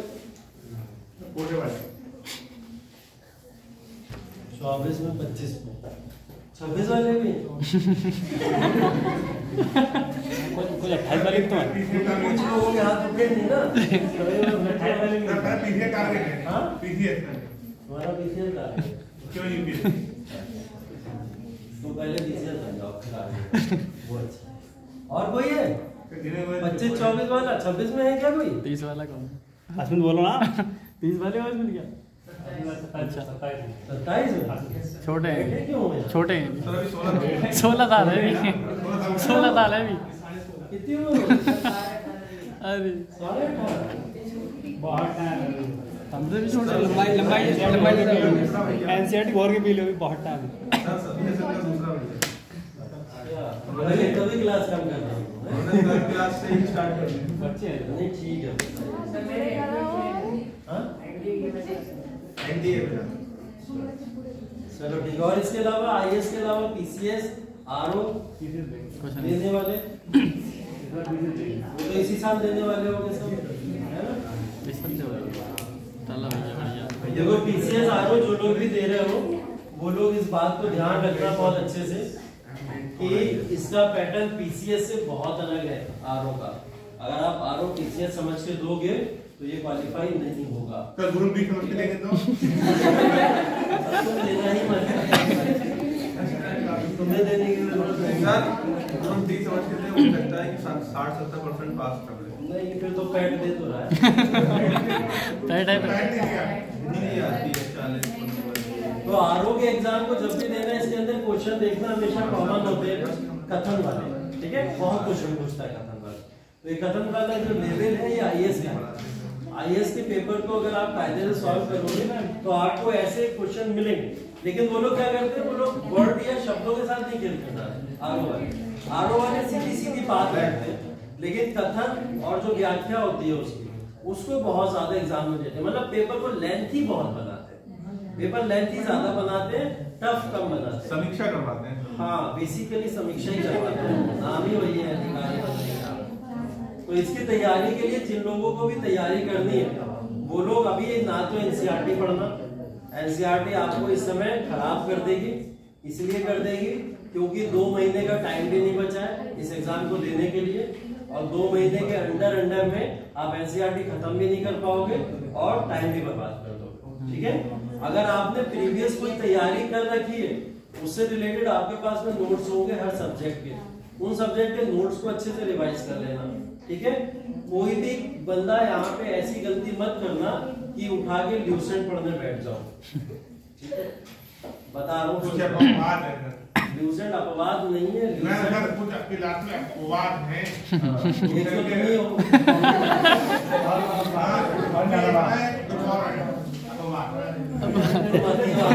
कुछ अपवाद होते हैं, प्रतिवाद। जैसे 25 में देना होगा, जैसे 25 में पहले आरो हो जाने दो, पहले 23 वाला दे लो, पहले आरो हो जाने दो। हाँ आरो आर के बताइए। चलो सुनो, अब जिसको देना है इस समय आरो वो लोग ल्यूसेंट को एकदम फाड़ के फेंक देना, नहीं उठाने की जरूरत है, ठीक है? फाड़ के फेंकने का मतलब आप किताब में तो इज्जत कर सकते हो थोड़ी बहुत, लेकिन उसकी इज्जत बिल्कुल नहीं, ठीक है? वो किताब आपको सिर्फ और सिर्फ पॉल्यूट करेगी, खराब करेगी। चाहे आप कोई ग्रुप डी में भी एग्जाम दे के आओगे ना तब भी वो किताब आपको नहीं हेल्प करेगी, यकीन मानिए मेरी बात। सर कौन सी ठीक है? कौन सी किताब होती है? उसके बाद अगर आपको आरओ के लिए पढ़ना है, पढ़ना आरओ के लिए घटना चक्र की किताबें सुनी होगी आपको, ठीक है? घटना चक्र की एक आती है, कंपाइलेशन आता है पूरा का पूरा, जिसमें पूरी जीएस देते हैं, A to Z सारी जीएस देते हैं। वही 2 महीने में खत्म कर सकते हो ईमानदारी से, ठीक है? वरना घटना चक्र की सब्जेक्टिव किताबें भी आती हैं, इतिहास अलग आता है, भूगोल अलग आता है, आर्थिकी अलग आती है, सब अलग अलग आती है। तो आप कंबाइन ले लो जीएस की पूरी किताब, उसके साथ में उसको करंट अफेयर्स के साथ में पढ़ लो। करंट अफेयर्स में एक किताब आती है घटना सार की, ठीक है? घटना सार की एक किताब आती है, वो किताब अगर आप लोग ने कायदे से पढ़ ली 25 से 30 क्वेश्चन करंट अफेयर्स के आते हैं सिर्फ, ठीक है? और 25 से 30 क्वेश्चन, एक क्वेश्चन उस किताब में से निकलता हुआ दिखेगा, एक क्वेश्चन। तो आप घटना सार को वहां से पढ़ सकते हो, ठीक है? उसके अलावा बचा इसमें हिंदी जो बहुत महत्वपूर्ण रोल प्ले करता है। 60 नंबर की हिंदी यहाँ पे पूछ रहा है फ्री में, 120 में इसमें चले जाते हैं, ठीक है? तो 60 नंबर की हिंदी अगेन फिर एक किताब आती है घटना चक्र की, ही किताब आती है हिंदी के लिए, जिसमें तमाम प्रीवियस ईयर के क्वेश्चन दिए होते हैं और तमाम अलग तरीके के टॉपिक दिए होते हैं जो आपको रटने हैं। हिंदी समझने की जरूरत ही नहीं, सिर्फ रटते रहो, ठीक है? रटते रहो, रट के आप उसको देके आओगे, आप उसमें 60 में से 50 नंबर 55 नंबर आसानी से ला सकते हो, बहुत आसानी से ला सकते हो। पागल हो गए। दिमाग हिल गया तुम्हारा? अब बात है क्या ये? सर ही रिलायंस की उसको 50 नंबर मिल गए। 50 मिल गया, तो गड्ढा टिक पढ़ ली तुमने। उसके अलावा जिसको गड्ढा टिक समझना है, किसी किसी को नहीं आती, उसके लिए किताब आती है आदित्य पब्लिकेशन जी, ठीक है। आदित्य पब्लिकेशन आसानी से समझ आ ये उठा ले जाएगा, जाओ आगे रख। उसको आप रट के फेंक दो, आसानी से 50 प्लस नंबर ही आएंगे इसमें। और अगर हिंदी में आपको 50 से कम आए तो सिलेक्शन होगा नहीं, ये भी तय बात है, ठीक है। तो 200 नंबर में से 140 नंबर चाहिए अप्रोक्स आरो बनने के लिए, ठीक है। जिनके पास वो लेवल है वो लोग खुश हो जाओ, 110 नंबर 105 नंबर में भी ये आरो बन सकते हो, ठीक है। अदरवाइज आपको इस एग्जाम के लिए बहुत ज्यादा मेहनत की जरूरत नहीं है, 2 महीने के अंदर आप इस एग्जाम को निकाल सकते हो, कोई बड़ी बात नहीं, ठीक है। इस एग्जाम को आसानी से निकाला जा सकता है 2 महीने पढ़ के। जिन्होंने फॉर्म भरा है, हाँ अगेन फिर जिसका फोकस नहीं है वो बिल्कुल इसकी तरफ मत देखना, ठीक है। जिनका फोकस है ये उन्हीं के लिए बता रहा हूँ, बाकी जिनका फोकस यूपीएससी है वो यूपीएससी पे फोकस करो। एग्जाम मैंने बोला सारे दे दिया करो, तो एग्जाम दे दिया करो, ठीक है। एग्जाम देने से आपकी एक प्रैक्टिस हो जाती है, नर्वसनेस निकल जाती है और आसान हो जाता है आपके लिए आगे चल के आप यूपीएससी कैसे डील करोगे, ठीक है। जो लोग 2024 का यूपीएससी दे रहे हैं वो लोग इस बात को समझ लीजिए, अभी जितनी भी क्लासेस आपकी हो रही है, चाहे मैं पढ़ा रहा हूँ या कोई भी यहाँ पे पढ़ा रहा है, हर एक व्यक्ति को अगर यहाँ क्लास में मेंस के टॉपिक नहीं चल रहे हैं तो आप लोग उनसे बोलिए, थोड़ा सा रिक्वेस्ट कीजिए कि सर थोड़ा मेंस इसमें मर्ज करते चलिए। प्रीलिम्स आप बाद में पढ़ लोगे, आराम से पढ़ लोगे, और प्रीलिम्स को मेंस के साथ ही पढ़ाया जाता है, ठीक है। मैं वही यहाँ पे पढ़ा रहा हूँ आपको, जिससे प्रीलिम्स भी बनता चले, मेंस भी बनता चले। अगर ये मेंस छूटा एक बार तो आपका प्रीलिम्स कभी खत्म नहीं होगा और ना कभी कवर कर पाओगे आप आगे चल के। तो प्रीलिम्स की तैयारी के लिए मेंस की तैयारी बहुत जरूरी है। तो मेंस की तैयारी जो भी आप लोग इतने समझदार हो, सारे के सारे इतने मैच्योर हो कि आपको क्लास समझ आता होगा कि ये बंदा प्री पढ़ा रहा है या मेंस पढ़ा रहा है, सब इतने समझदार हो, सबको ये बात पता है। तो जितने भी क्लासेस चल रहे हैं आप टीचर से एक बार सिर्फ रिक्वेस्ट कर सकते हो, आर्गुमेंट की बात नहीं करना, मैं सिर्फ एक रिक्वेस्ट कर सकते हो कि सर हम लोग को थोड़ा ना मेंस भी टच दे दीजिए इसमें, जिससे हम लोग यहाँ पे थोड़ा बहुत मेंस भी हमें लिखना।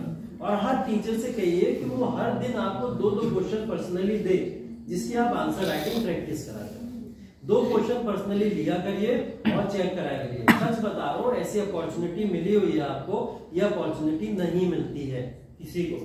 दिल्ली के अंदर, लखनऊ के अंदर लोग 1.5 लाख फीस देके ऐसी अपॉर्चुनिटी गेन कर पाते हैं, ऐसी अपॉर्चुनिटी तो वो आपको नहीं देनी पड़ी है। एक बहुत पॉजिटिव चीज आपको मिली है, तो यहाँ जो मिल रहा है उसको अच्छे से उपयोग कर लो, ठीक है।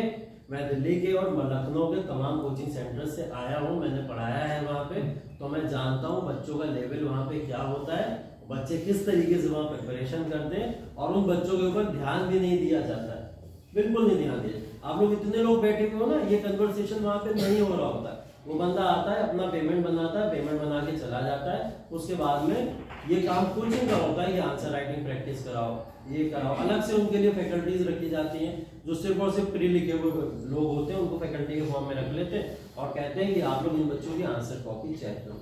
यहाँ तो आप लोग को ऑलरेडी क्वालिफाइड लोग मिल रहे हैं जो ऐसी कॉपीज आपकी चेक कर सकते हैं, ठीक है।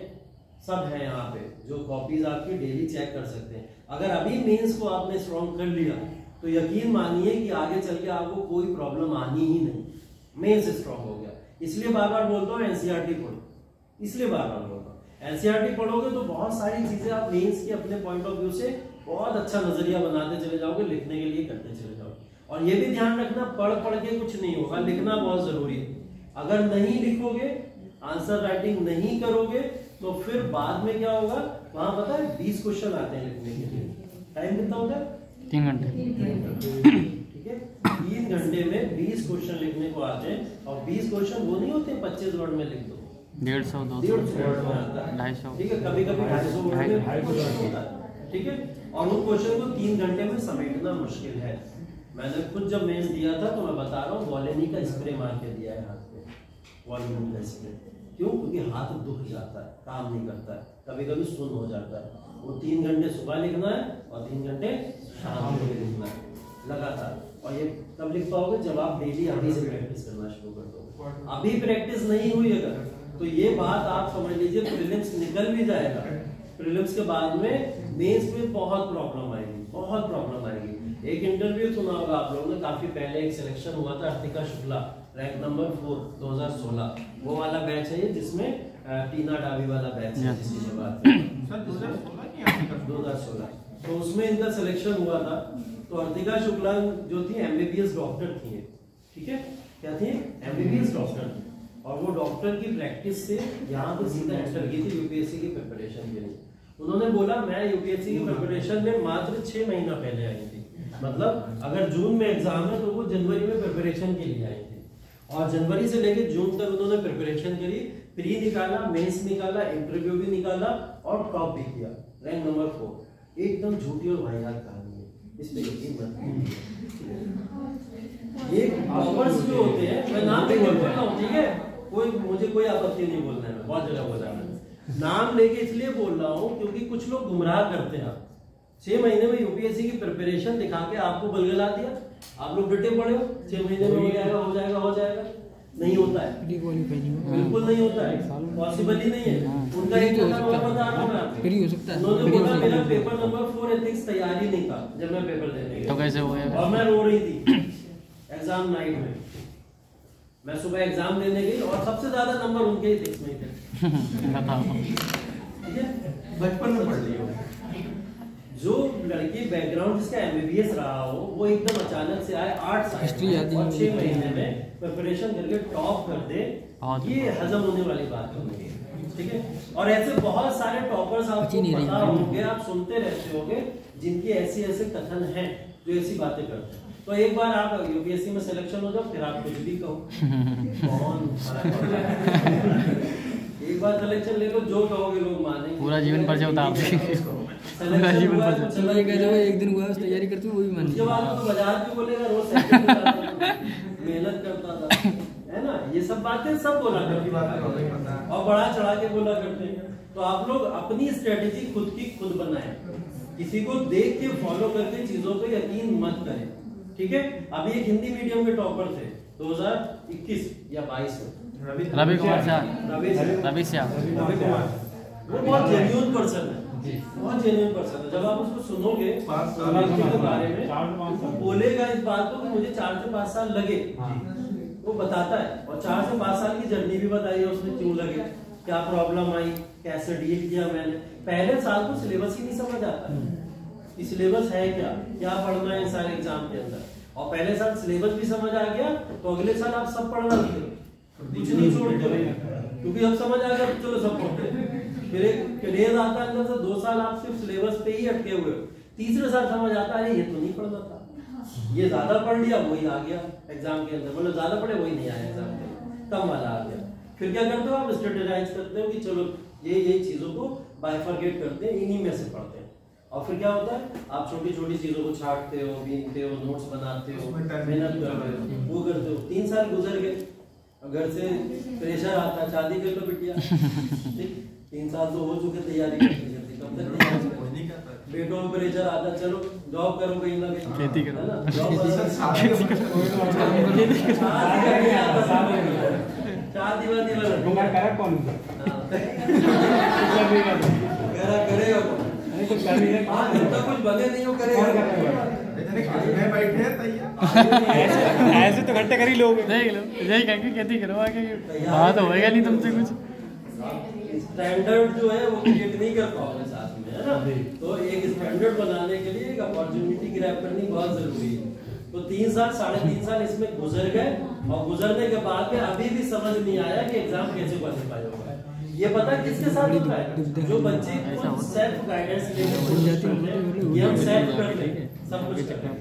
उन्हें अभी तक ऐसा मेंटर नहीं मिला है जिसने बताया हो उसको कि रुक जाओ यहीं तक पढ़ना है, इसके आगे मत पढ़ना, वरना अपने आप को खराब कर दो, ठीक है।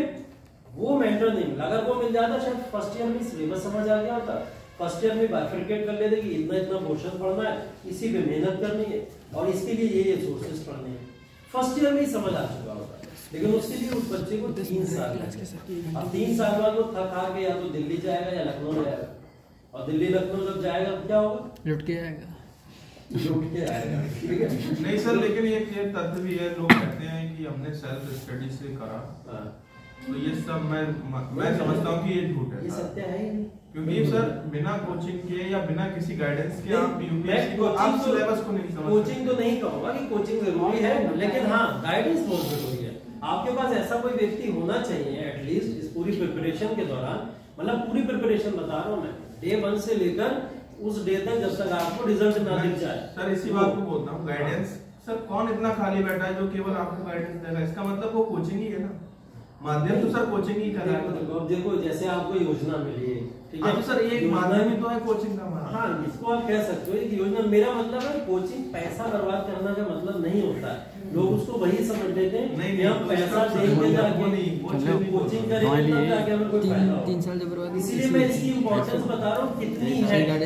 आप लोग यहाँ पे बैठे हुए कुछ सेलेक्टेड लोगों में से बैठे हुए, पीलीभीत में कोई हिम्मत नहीं कर पाता आईएएस की तैयारी करने की पूरे पीलीभीत के अंदर, और आप लोग को तैयारी करके यहाँ पे बैठे हुए हो, तो यही आपको आपके लिए विन विन सिचुएशन है।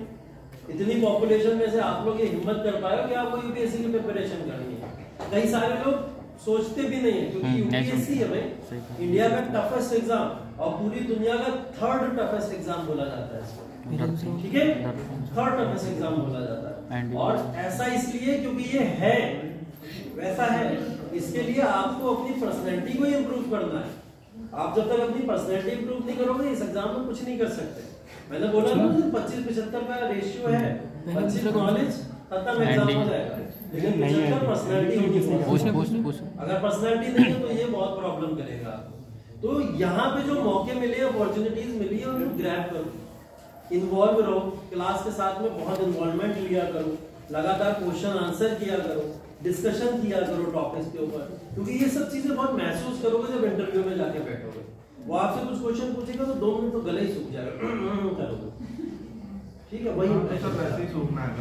मैं कह रहा हूँ वही इंप्रेशन खराब हो जाएगा। लेकिन वोकल होगे ना, जब इंटरेक्शन अच्छा होगा लोगों के साथ में, मिलना जुलना होगा, बातचीत करते रहते होगे, तो आपके सामने वो जो आया वो वैसे ही लगेगा जैसे चलो बाजार था वैसे ही उसी तरीके का लगेगा, तो आप नॉर्मल कन्वर्सेशन कर पाओगे फिर इजीली। तो इस तरीके के कन्वर्सेशन को आप लगातार किया करो, क्लास में एक माहौल क्रिएट कर लिया करो, अपने आपस में कर लिया करो, एक डिबेट कर लिया करो। यहाँ तो लड़ना नहीं, डिबेट का मतलब लड़ना नहीं, पर्सनैलिटी ये सब इसी से पर्सनैलिटी इंप्रूव होगी। बाहरी कोचिंग में ये सब करवाया जाता है, वहाँ पे बच्चों की पर्सनैलिटी के ऊपर बहुत फोकस किया जाता है, बहुत ज्यादा फोकस करते हैं, ठीक है। तो आप फोकस करो ज्यादा से ज्यादा पर्सनैलिटी पे, नॉलेज मिल जाएगी, नॉलेज हो जाएगी, बस इतना पता होना चाहिए क्या नहीं पढ़ना है, और आप लोग वो कर लो। पर्सनैलिटी में फोकस करो, उसको डेवलप करो, अपनी तैयारियां करते रहो। पहले दिन से मेंस, इंटरव्यू, प्री सब शुरू हो जाता है आपकी लाइफ के अंदर, तो मेंस की प्रैक्टिस भी करो, इंटरव्यू भी करो, प्री भी करो।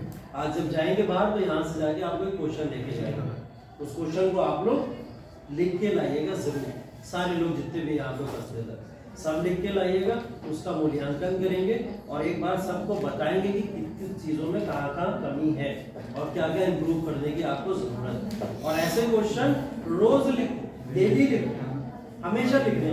जो भी 2 क्लास हो रहे हैं कम से कम 2 क्वेश्चन तो डेली मिल सकते हैं ना, 2 क्वेश्चन लिखो, यही पर्सनैलिटी इंप्रूव करेगा। आपको खुद पता चलेगा कितना सही कर रहा हो, गलत कर रहा हो, किस डायरेक्शन में जा रहा हो, ठीक है। तो चलते हैं हम लोग तुगलक की डायरेक्शन में। कहाँ पे थे? मोहम्मद बिन तुगलक, अमीर खुसरो का। हाँ, अमीर खुसरो का लिख लिया होगा आप लोगों ने। मोहम्मद बिन तुगलक, मोहम्मद बिन तुगलक जौना खान की उपाधि जिसको मिली थी, नाम तो वही था, ठीक है। तो ये बेसिकली वो व्यक्ति है जिसने सबसे ज्यादा खुराफातें मचाई हैं इस पूरे शासनकाल के अंदर, ठीक है।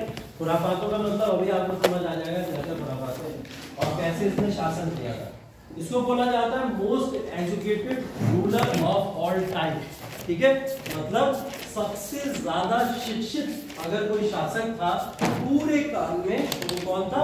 मोहम्मद बिन तुगलक। और ज्यादा पढ़ाई करने से क्या होता है अभी देखो पता चला। सर इससे पहले तो विद्वान और योग भी कहा गया। हाँ, इसी बात से रक्त पिपासु पागल की। हाँ, सब बोला वो। अरे अभी देखो ये बतूता लिखे ना, अभी इनकी वोट लगा देंगे, आगे इनके बारे में ऐसी ऐसी तारीफें लिखते हैं, बस उसमें आपत्तिजनक शब्द नहीं लिखे, बाकी सब लिखा, ठीक है सब। तो यही है। तो इनकी गयासुद्दीन की मृत्यु के बाद, मतलब इनको मर्डर करने के बाद में बेसिकली यहाँ पे मोहम्मद बिन तुगलक शासक बनते। मोहम्मद बिन तुगलक का जो वर्णन है पूरा का पूरा जियाउद्दीन बर्नी की किताब तारीख फिरोजशाही के अंदर पूरा दिया गया। ये अगेन फिर एक क्वेश्चन है आपका कि तारीख फिरोजशाही कौन से राइटर की किताब है, ठीक है। इसके अंदर लिखा हुआ है जानकारी के बहुत सारे अगले सोर्सेस हमको कहां से मिलते हैं, इब्ने बतूता से भी मिलते हैं, ठीक है। इब्ने बतूता कौन है?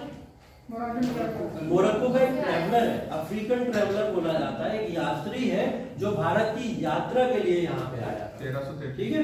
हाँ, तो जब ये भारत की यात्रा के लिए यहाँ पे आया इब्ने बतूता, तो मोहम्मद बिन तुगलक बहुत खुश हुए और मोहम्मद बिन तुगलक ने क्या करा, इनको दिल्ली का काजी नियुक्त कर दिया था। दिल्ली का काजी, काजी का मतलब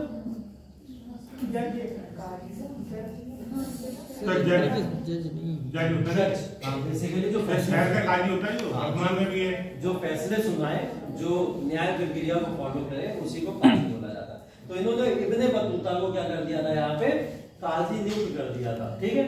तो ये वाला नाम भी देख रहे हो, इनका ओरिजिनल नाम भी लिखा हुआ है। कभी कभी ये लोग करते हैं ये चीज, इब्ने बतूता नहीं लिखेंगे, बहुत पॉपुलर है, इसलिए कभी कभी ओरिजिनल नाम भी लिख देते हैं। ओरिजिनल नाम भी इनका देख लीजिए, अबू अब्दुल्ला मोहम्मद बिन बतूता, ठीक है। सिर्फ लिख देगा अबू अब्दुल्ला मोहम्मद बिन, ठीक, और बतूता नहीं लिखेगा। तो आप लोग कंफ्यूज नहीं होना, ये इसी यात्री की बात होगी, ठीक है।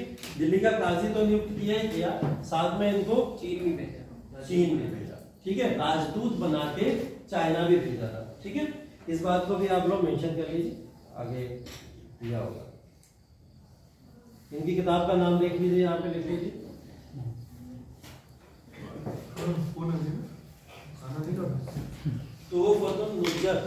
फी गरीबिल अमसार, ठीक।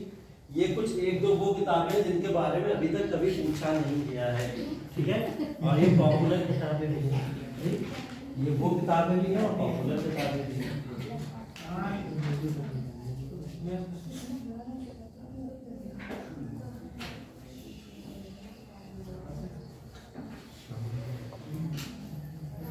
बहुत लंबी किताब है।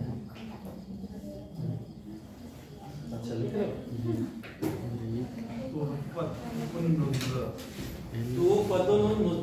फी गरीबिल अमसार, ठीक। यानी लंबा नाम है, बोलो इसको 2-3 बार जल्दी से। मुंजर की फी गरीब इल अमसार, बोलो बोलो बोलो फिर से बोलो, याद हो जाए। फी गरीब उल अमसार,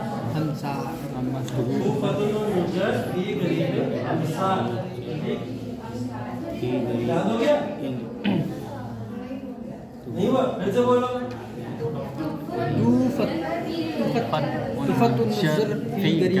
गरीब अमसार की बिना देखे बोलो, सब मुंह पर करके बोलो। फी गरीब अमसार आधा आधा करके याद कर लो। हो गया सर, हो गया, ठीक है। तो फतुल को अलग कर लो, फी गरीब, ऐसे करके याद, ठीक। याद होना जरूरी है, किताबें पूछ लेते हैं, वर्णन के फॉर्म में आ जाए, ठीक है। चलो, उलूग खान की उपाधि एक और व्यक्ति है जिसको दी गई थी, कौन था? MBTC में पढ़ के आ चुके हैं एक बार। उलूग खान की उपाधि किसी और व्यक्ति को, बलबन को उलूग खान भी बोला जाता था। अगेन फिर इनको भी उपाधि दी गई थी उलूग खान, ठीक है।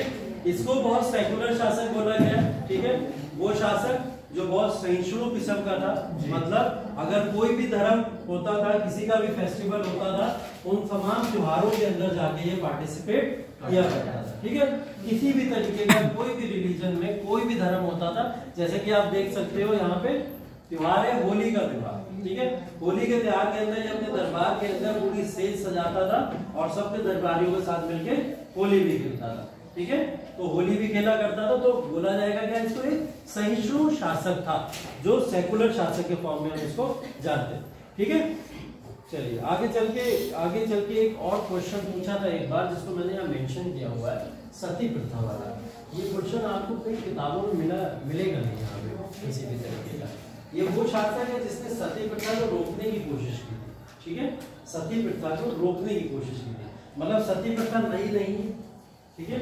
हम लोग मध्यकालीन में भी इसके प्रमाण देखते हैं। और कोई शासक का नाम बताओगे जिसने सती प्रथा रोकने का प्रयास किया हो? शासक राजा राममोहन राय ने तो रुकवा ही। और तो ये तो शासक नहीं है ना, राजा तो नहीं है, नाम में राजा लगा। शासक कौन, सुल्तान बता दो कौन है, या रूलर कौन है जिसने सती प्रथा को रोकने का अकबर ने किया था। ठीक है, आगे चल के अकबर के शासनकाल में पढ़ोगे तो अकबर ने सती प्रथा को बैन कर दिया था अपने काल के अंदर। ठीक है, चलो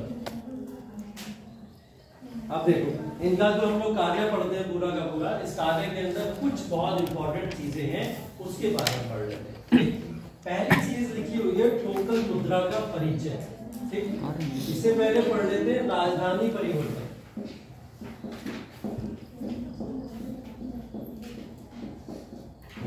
राजधानी परिवर्तन, मोहम्मद बिन तुगलक ने अपनी राजधानी दिल्ली से दौलताबाद ट्रांसफर कर दी।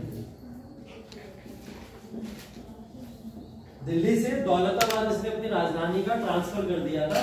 मतलब दिल्ली से दौलताबाद का मतलब ये हुआ कि अब ये दिल्ली के अंदर नहीं बैठना चाहता था, अब ये दौलताबाद में बैठना चाहता था। दौलताबाद कौन सी जगह है? देवी, वही अलाउद्दीन के समय में हम लोग पढ़ चुके हैं। ठीक है, तो उस समय की जो राजधानी थी, इसने पहले जाके इसका नाम चेंज किया। देवगिरी से नाम दौलताबाद करने वाला भी कौन है? मोहम्मद बिन तुगलक ही है। और मोहम्मद बिन तुगलक ने यहाँ पे दौलताबाद को अपनी राजधानी बना दिया। तो ये दिल्ली से दौलताबाद क्यों चला गया, क्या कारण रहा होगा? मंगोलों का आक्रमण की वजह से, मंगोलों उसके आक्रमण के बचाव के लिए इसने चेंज की थी राजधानी। चलो वन ऑफ द रीजन मान सकते हैं। और नदियां वगैरह थी वो पास, दौलताबाद के पास नहीं मतलब जो देवगिरी और दिल्ली से देवगिरी ले गया था ना, तो उसमें बीच में जो नदियां और पहाड़ वगैरह थे, तो शायद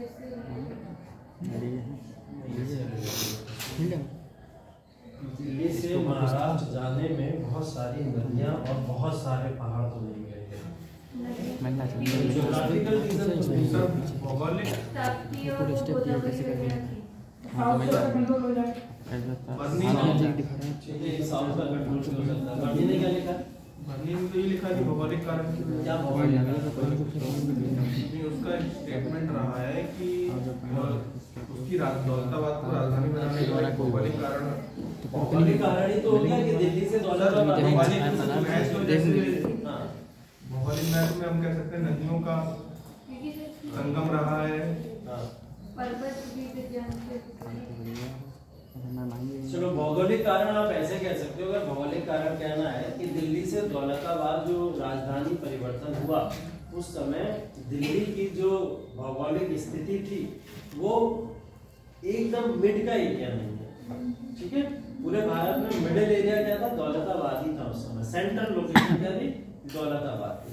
तो दौलताबाद एक पीक और सेंट्रल लोकेशन होती थी। एक कारण आप भौगोलिक ये कह सकते हो कि वो भौगोलिक रूप से यहाँ पे इसलिए ट्रांसफर हुआ होगा। लेकिन दो कारण जो अभी आप लोगों ने बताया, उसमें एक कारण था मंगोलों का आक्रमण। मंगोलों के आक्रमण से लगातार भारत परेशान था और इस समय लगातार मंगोलों के आक्रमण हो रहे हैं। ठीक है, और मंगोलों के आक्रमण से इसने खुद को बचाने के लिए, अपनी सत्ता को बचाने के लिए राजधानी परिवर्तन करके कहाँ ले गया? दौलताबाद ले गया। पहला कारण। दूसरा कारण ये यहाँ से रह के दक्षिण के ऊपर नजर रखना चाहता था, दक्षिण भारत को कंट्रोल करना चाहता था।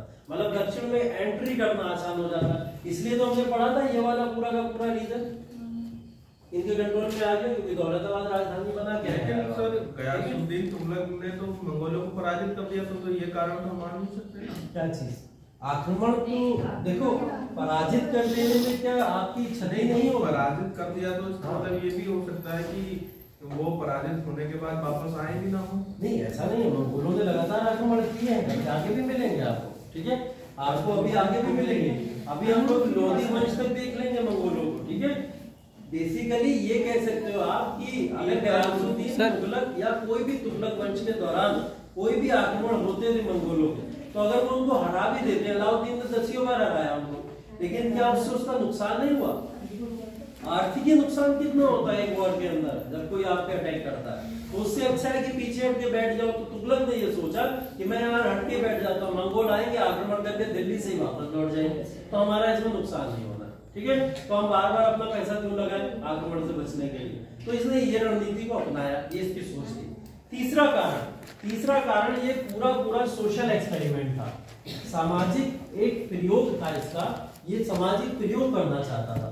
इसने करा क्या, अब देखो समझदारी से, इसने करा क्या, इसने राजधानी तो परिवर्तन किया, कहां, दिल्ली से दौलताबाद। और दिल्ली के जो लोग थे, बड़ी चीज देखी है कि वहां पे कुत्ते बिल्ली तक नहीं छोड़े इसने, और सबको उठा के कहां ले गया, दौलताबाद ले गया। मतलब ये इंसानों को साथ में ले गया हमने, जितने भी लोग दिल्ली में बसा करते थे उन सारे लोगों को उठा के कहां ले गया, दौलताबाद। दिल्ली खाली कर दी पूरी की पूरी। अब दिल्ली पूरी की पूरी जब खाली हो गई तो दिल्ली खाली होने के बाद में दौलताबाद, ठीक है सर, दिल्ली के बाद में जब पूरी की पूरी खाली होगी तो राजधानी परिवर्तन करके दौलताबाद सब चले आए। तो इसका मानना क्या था कि मैं लोगों को लेके जब यहाँ से चला जाऊंगा तो ना लोग होंगे, ना वहाँ आर्थिकी होगी, ना कोई किसी तरीके का अटैक होगा, तो इन सब चीजों से मैं बच जाऊंगा। तो ये सोच के इन सारे लोगों को उठा के दौलताबाद ले आया।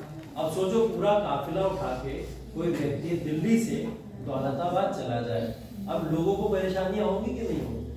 आप अपना घर छोड़ के पीलीभीत से अगर बरेली चले जाओ, ठीक, तो आपके लिए मुश्किल हो, बहुत मुश्किल होगा, आप अपने घर के अलावा सर्वाइव नहीं कर पाओगे, ऐसा हम लोग को लगता है, ठीक है। तो ये क्या कर रहा है, पूरे के पूरे कुंदबे को ही उठा के लेके चला जा रहा है दौलताबाद। लोगों ने क्या करा, विद्रोह कर दिया, किसी को मिस नहीं करेगा। हाँ, बोले छूटना कोई नहीं चाहिए, ऐसा बात है। तो क्या हुआ, यहाँ पे विद्रोह हो गया पब्लिक के द्वारा। जनता ने ये विद्रोह कर दिया कि हमारी पूरी की पूरी यहाँ पे भौगोलिक स्थिति ही बदल दी आपने। अब वहाँ का जो नॉर्मल टेम्परेचर या मौसम है वो यहाँ के मौसम से काफी विपरीत है। जब आप देखोगे दौलताबाद और दिल्ली के बीच में, अब वहाँ के लोग सर्वाइव नहीं कर पा रहे थे, कभी कोई बीमारियों का शिकार हो जा रहा था, कभी किसी की मृत्यु हो जा रही थी, कभी कोई इशू, बहुत सारे इश्यूज आ रहे थे। और प्लस सबसे बड़ी बात क्या थी, आप इतने सारे लोगों को उठा के तो ले आए, सबके अकाउंट में आपने 15-15 लाख जमा तो नहीं करवाए, नहीं करवाए, तो फिर लोग सर्वाइव कैसे करेंगे, कैसे करेंगे सर्वाइव। उनको एम्प्लॉयमेंट भी तो चाहिए, रोजगार चाहिए, वो रोजगार कौन देगा उनको। तो ये रोजगार की गारंटी भी ले लो तो क्या आप सारे दिल्ली के लोगों को रोजगार दे पाओगे, नहीं दे पाओगे। तो लोगों का वहां पे रहन सहन जीना बदहाल हो गया, मुश्किल हो गया। तो बाद में इसने क्या डिसीजन लिया, अगले ही साल वापस उठा के सारे लोगों को दौलताबाद से उठाया, फिर उठा के कहा ले गया, वापस चला गया, ठीक है। पहले इसकी काबिलियत ये थी, ठीक। तो इसको लेके काफी ज्यादा मजाक उड़ाया है कई सारे लोगों ने कि ये सिर्फ और सिर्फ मतलब मजे के लिए करता था, पता नहीं क्या करता था, लोगों को लेके टहलना था। उसके बाद में टोकन मुद्रा का परिचय। टोकन मुद्रा किसको कहते हैं, सांकेतिक मुद्रा। अब टोकन करेंसी या टोकन मुद्रा की जब यहाँ पे बात कर रहे हैं हम लोग, तो हम लोग पहले भी पढ़ चुके हैं इल्तुतमिश वगैरह के सारे टाइम में, कि हम लोग ने देखा है कि वही जीतल टंका वगैरह जो भी है उसके जो भी है पॉइंट वगैरह बता सकते हैं। इस समय क्या हुआ कि इसका जो काल है, इस समय में पूरी दुनिया के अंदर चांदी की बहुत कमी थी, ठीक है, चांदी की कमी हुआ करती थी, चांदी बहुत लैक हुआ करता था। अब चांदी की लैक की वजह से यहाँ पे जो करेंसी का सिस्टम था वो पूरी तरीके से रूल्ड आउट हो गया था। मतलब करेंसी ज्यादातर चांदी की बनती थी और चांदी के सिक्के लोग चलाया करते थे आपस में सामान लेने देने के लिए या अपने पास रखने के लिए। इसकी कमी जब दुनिया के अंदर हुई तो दो शासक यहाँ मिलेंगे आपको। चीन में कुबलाई खान था और ईरान के अंदर मंगोल शासक था गजान खान, ठीक है। ये दो शासक थे, इन्होंने क्या करा, चांदी की जब कमी हो गई तो इन्होंने क्या करा, इन्होंने मुद्राएं अपनी अपनी अपने घरों से बना के लोगों को देना शुरू किया, ठीक है। वो मुद्राओं का एक्सपेरिमेंट करा।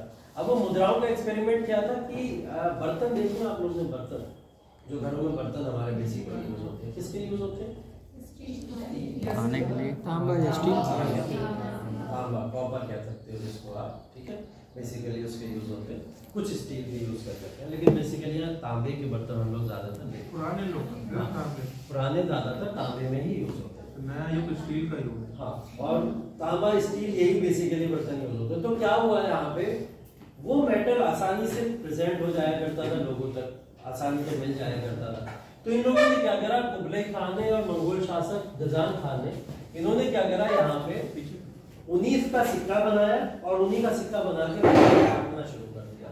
अब जो मेटल आसानी से हमारे पास में है उस मेटल को हम क्या करेंगे, लोगों तक पहुंचा सकते हैं। उसके ऊपर हमें लिखना ही तो है कि ये 2 रुपए का है, ठीक है, उसके ऊपर लिखना ही तो है 5 रुपए का। एक तरफ तो शासक की मोहर लगी है, वैल्यू तो खुद ही बढ़ जाएगी, ऐसा हो जाएगा। तो ये सब चल गया और वहां पे कुबलाई खान का और निजाम खान का ये एक्सपेरिमेंट सफल हो गया। इसको देख के मोहम्मद बिन तुगलक भी बोले मुझे भी तो ट्रम्प की बराबरी कर दी, ठीक है। विदेश नीति उस समय की ऐसी होती थी, ठीक है। तो जब भी कोई बड़ा शासक कोई उपलब्धियां हासिल करता था दूसरा उसको फॉलो करने की कोशिश करता था। भारत में भी चांदी की कमी है, तो भारत के अंदर तो बहुत बर्तन है, ठीक है। आप पढ़ते चले आओगे, मेरा भांड से लेकर सारे भांड देखने को मिलते हैं।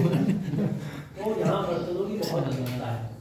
अब यहाँ पे स्टील और कॉपर जो था आसानी से अवेलेबल था।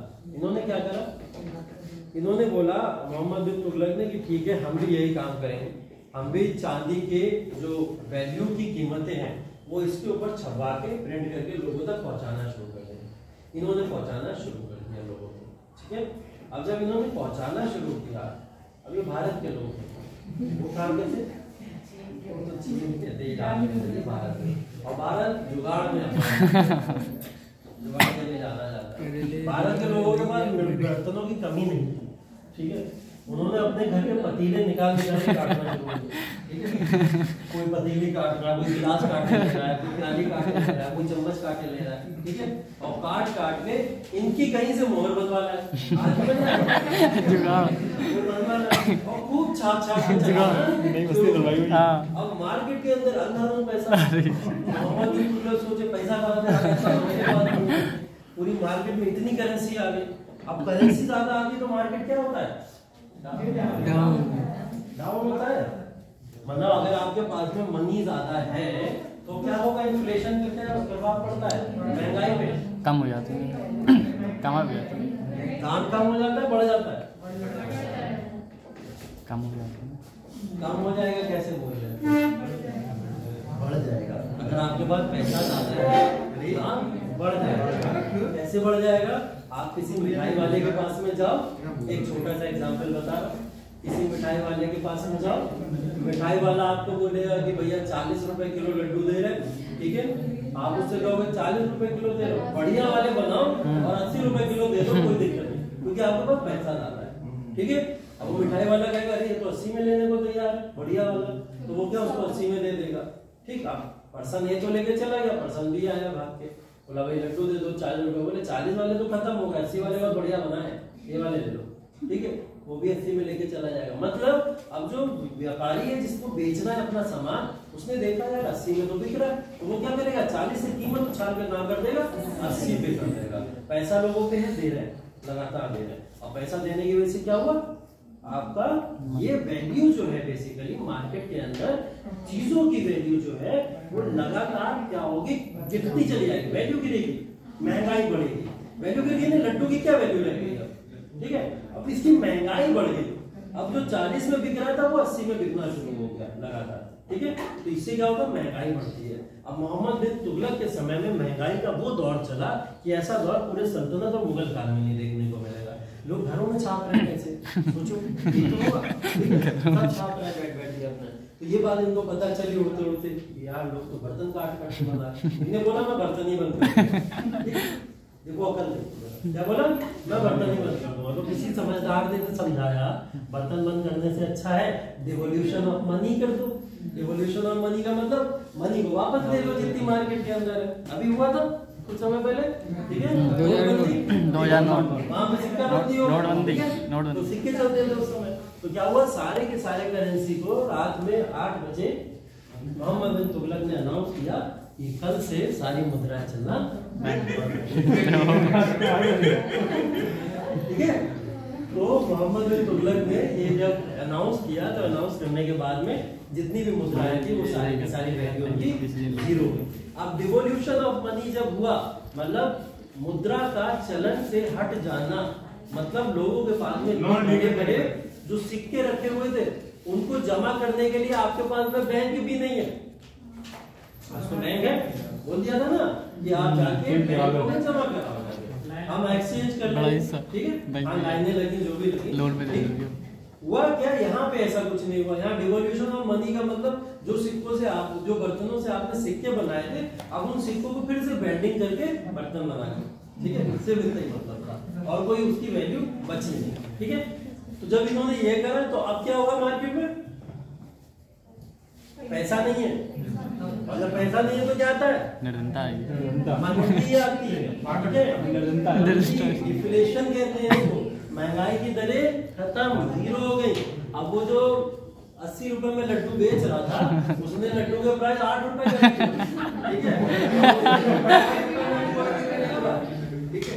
8 रुपए में भी कोई खरीदने नहीं जा रहा, पैसा ही नहीं है, कहाँ से खरीदेंगे? फिर इसने क्या करा, आगे चल के दूसरी करेंसी को यहाँ पे चलाया। अब दूसरी करेंसी चली, उसी को इसमें टोकन की पूरा का पूरा परिचय यहाँ पे दिया गया। यही पूरी कहानी है। इस कहानी को आप अपने अच्छे शब्दों में आंसर में लिखाइएगा कि टोकन करेंसी इसने जो यूज की वो एक्सपेरिमेंट पूरी तरीके से विफल हो गया, ठीक है?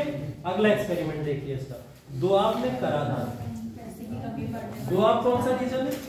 दो नदियों के बीच का क्षेत्र। जो हमारा रीजन है पूरा बनारस, इलाहाबाद वाला, ये सब उत्तर प्रदेश का जो रीजन है। अब दोआब में क्या हुआ, कराधान इसने लागू कर दिया। कराधान का मतलब क्या होता है? करों को लागू करना, ठीक है? करों को लागू करना, ठीक? चाचा है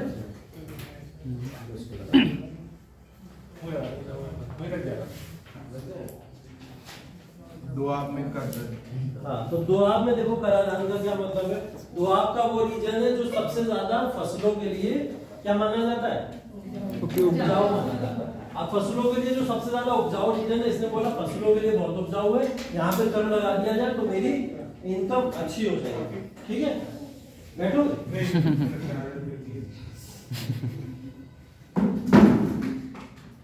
ठीक, हुआ क्या, प्रॉब्लम क्या हो गई कि इन्होंने सरकार और डिसीजन सही लिया, ठीक है, लेकिन समय गलत था, ठीक? समय गलत था।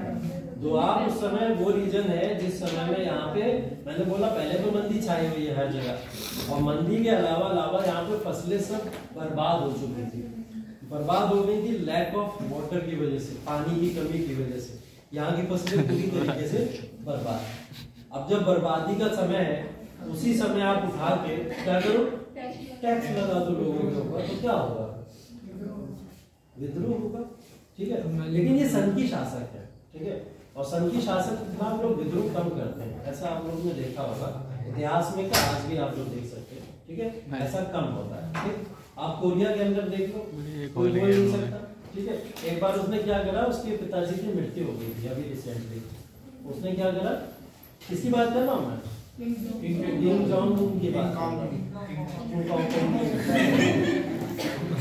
तो उसने क्या करा, उसके पिताजी की मृत्यु हो गई, उसने पूरे देश के अंदर इमरजेंसी लागू कर दी और उसके अंदर एक डिसीजन सुनाया कि आज से लेकर 3 दिन तक कोई हंसेगा नहीं, कोई हंसेगा 3 दिन तक कोई हंसेगा। अब उसके सामने जो हंसता था, तुम तो हंस लिएगा, डेमोक्रेसी में बैठे हो, लोकतंत्र, वहां जो हंसता था उसकी हत्या कर दी जाती, हाँ, तुरंत उसको मार दिया जाता था। ये आज के समय में हो रहा है, मैं पुरानी बातें नहीं करता हूँ, मैं आज का बता रहा हूँ। इसमें संयुक्त राष्ट्र संघ कुछ नहीं करेगा, उसका अपना देश है। संयुक्त राष्ट्र संघ की बात नहीं कर रहा मैं, उसकी बात कर रहा हूँ, क्या नाम है? यूएन की बात, यूएन की बात कर रहा हूँ। हाँ, यूएन की बात कर रहा हूँ जरा। तब भी वो क्या करेंगे बताओ? उसने तो पहले डिक्लेयर कर रखा कि भाई मैं मोनार्की चला रहा हूँ बैठ के, मेरे यहाँ तो राजशाही चलती है, और राजशाही में मैं अपनी प्रजा को जैसे लेके चलूंगा वैसे चलूंगा। आप कौन होते बेचने वाले? जहां पे कर सकता इवन वहां तो कर नहीं रहा। रशिया यूक्रेन में बहुत कर सकता था, कुछ नहीं किया, ठीक है? फिलिस्तीन के और इजराइल के बीच में बहुत कुछ कर सकता था, कुछ नहीं किया। बदलने वाला है, हाँ, बदल सकता है, कोई बड़ी बात नहीं सर। आइटम जब ट्रांसफर होने लगे हैं कहाँ से आ रहे हैं? तो पाकिस्तान बेच रहा है इसे पाकिस्तान के पास आइटम है बेचने के लिए? सर वो बेच रहा है? कल की न्यूज थी क्या कि वो अपने परमाणु पाकिस्तान 2 दिन बेच के फिर उसके बाद में खुद को बेच देगा। ये खतरा है, उसके पास में कुछ नहीं है, सच बता रहे हैं। वो पता है आगे चल के खुद को ही बेच देगा, कहेगा मेरे पास नहीं बचा, ले लो। ये होगा। हाँ, विश्व युद्ध में ये बदल सकता है, कौन कौन सी कंट्री किधर किधर जाएंगी, इसका जरा लॉजिक बताओ मुझे। बात आई है तो बताओ। हाँ, भारत किधर रहेगा? अच्छा, रशिया और यूक्रेन को छोड़ दो, वो तो डिसाइडेड है, प्री डिसाइडेड है, वहां तो पता चल गया कि कौन किसको फेवर करता है। अगर फिलिस्तीन और इजराइल की बात करते हैं तो कौन सी कंट्री किसको फेवर करेगी? का नाम बता रहा हूँ, तुम लोगों को आंसर बताओ। सर इसमें भारत और अमेरिका इजराइल की नहीं, मैं साइड कंट्री का नाम बता रहा हूँ। कंट्री का नाम है चाइना, किसको फेवर करेगा? फिलिस्तीन को। कारण बताएगा कोई? जी क्या? उसकी अमेरिका से बनती नहीं है ना, और अमेरिका इजराइल की तरफ है। जापान किसको फेवर करेगा? सर इसको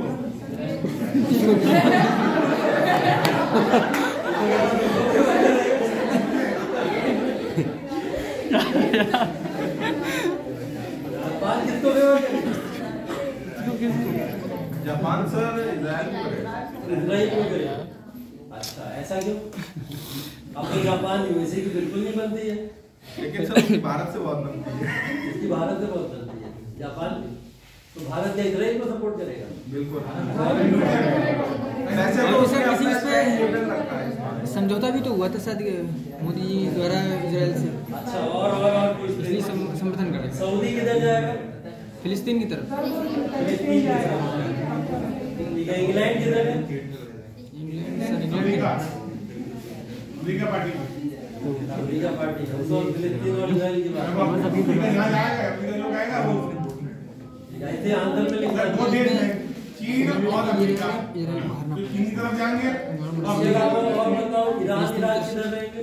फिलिस्तीन की तरफ ऐसा भी है।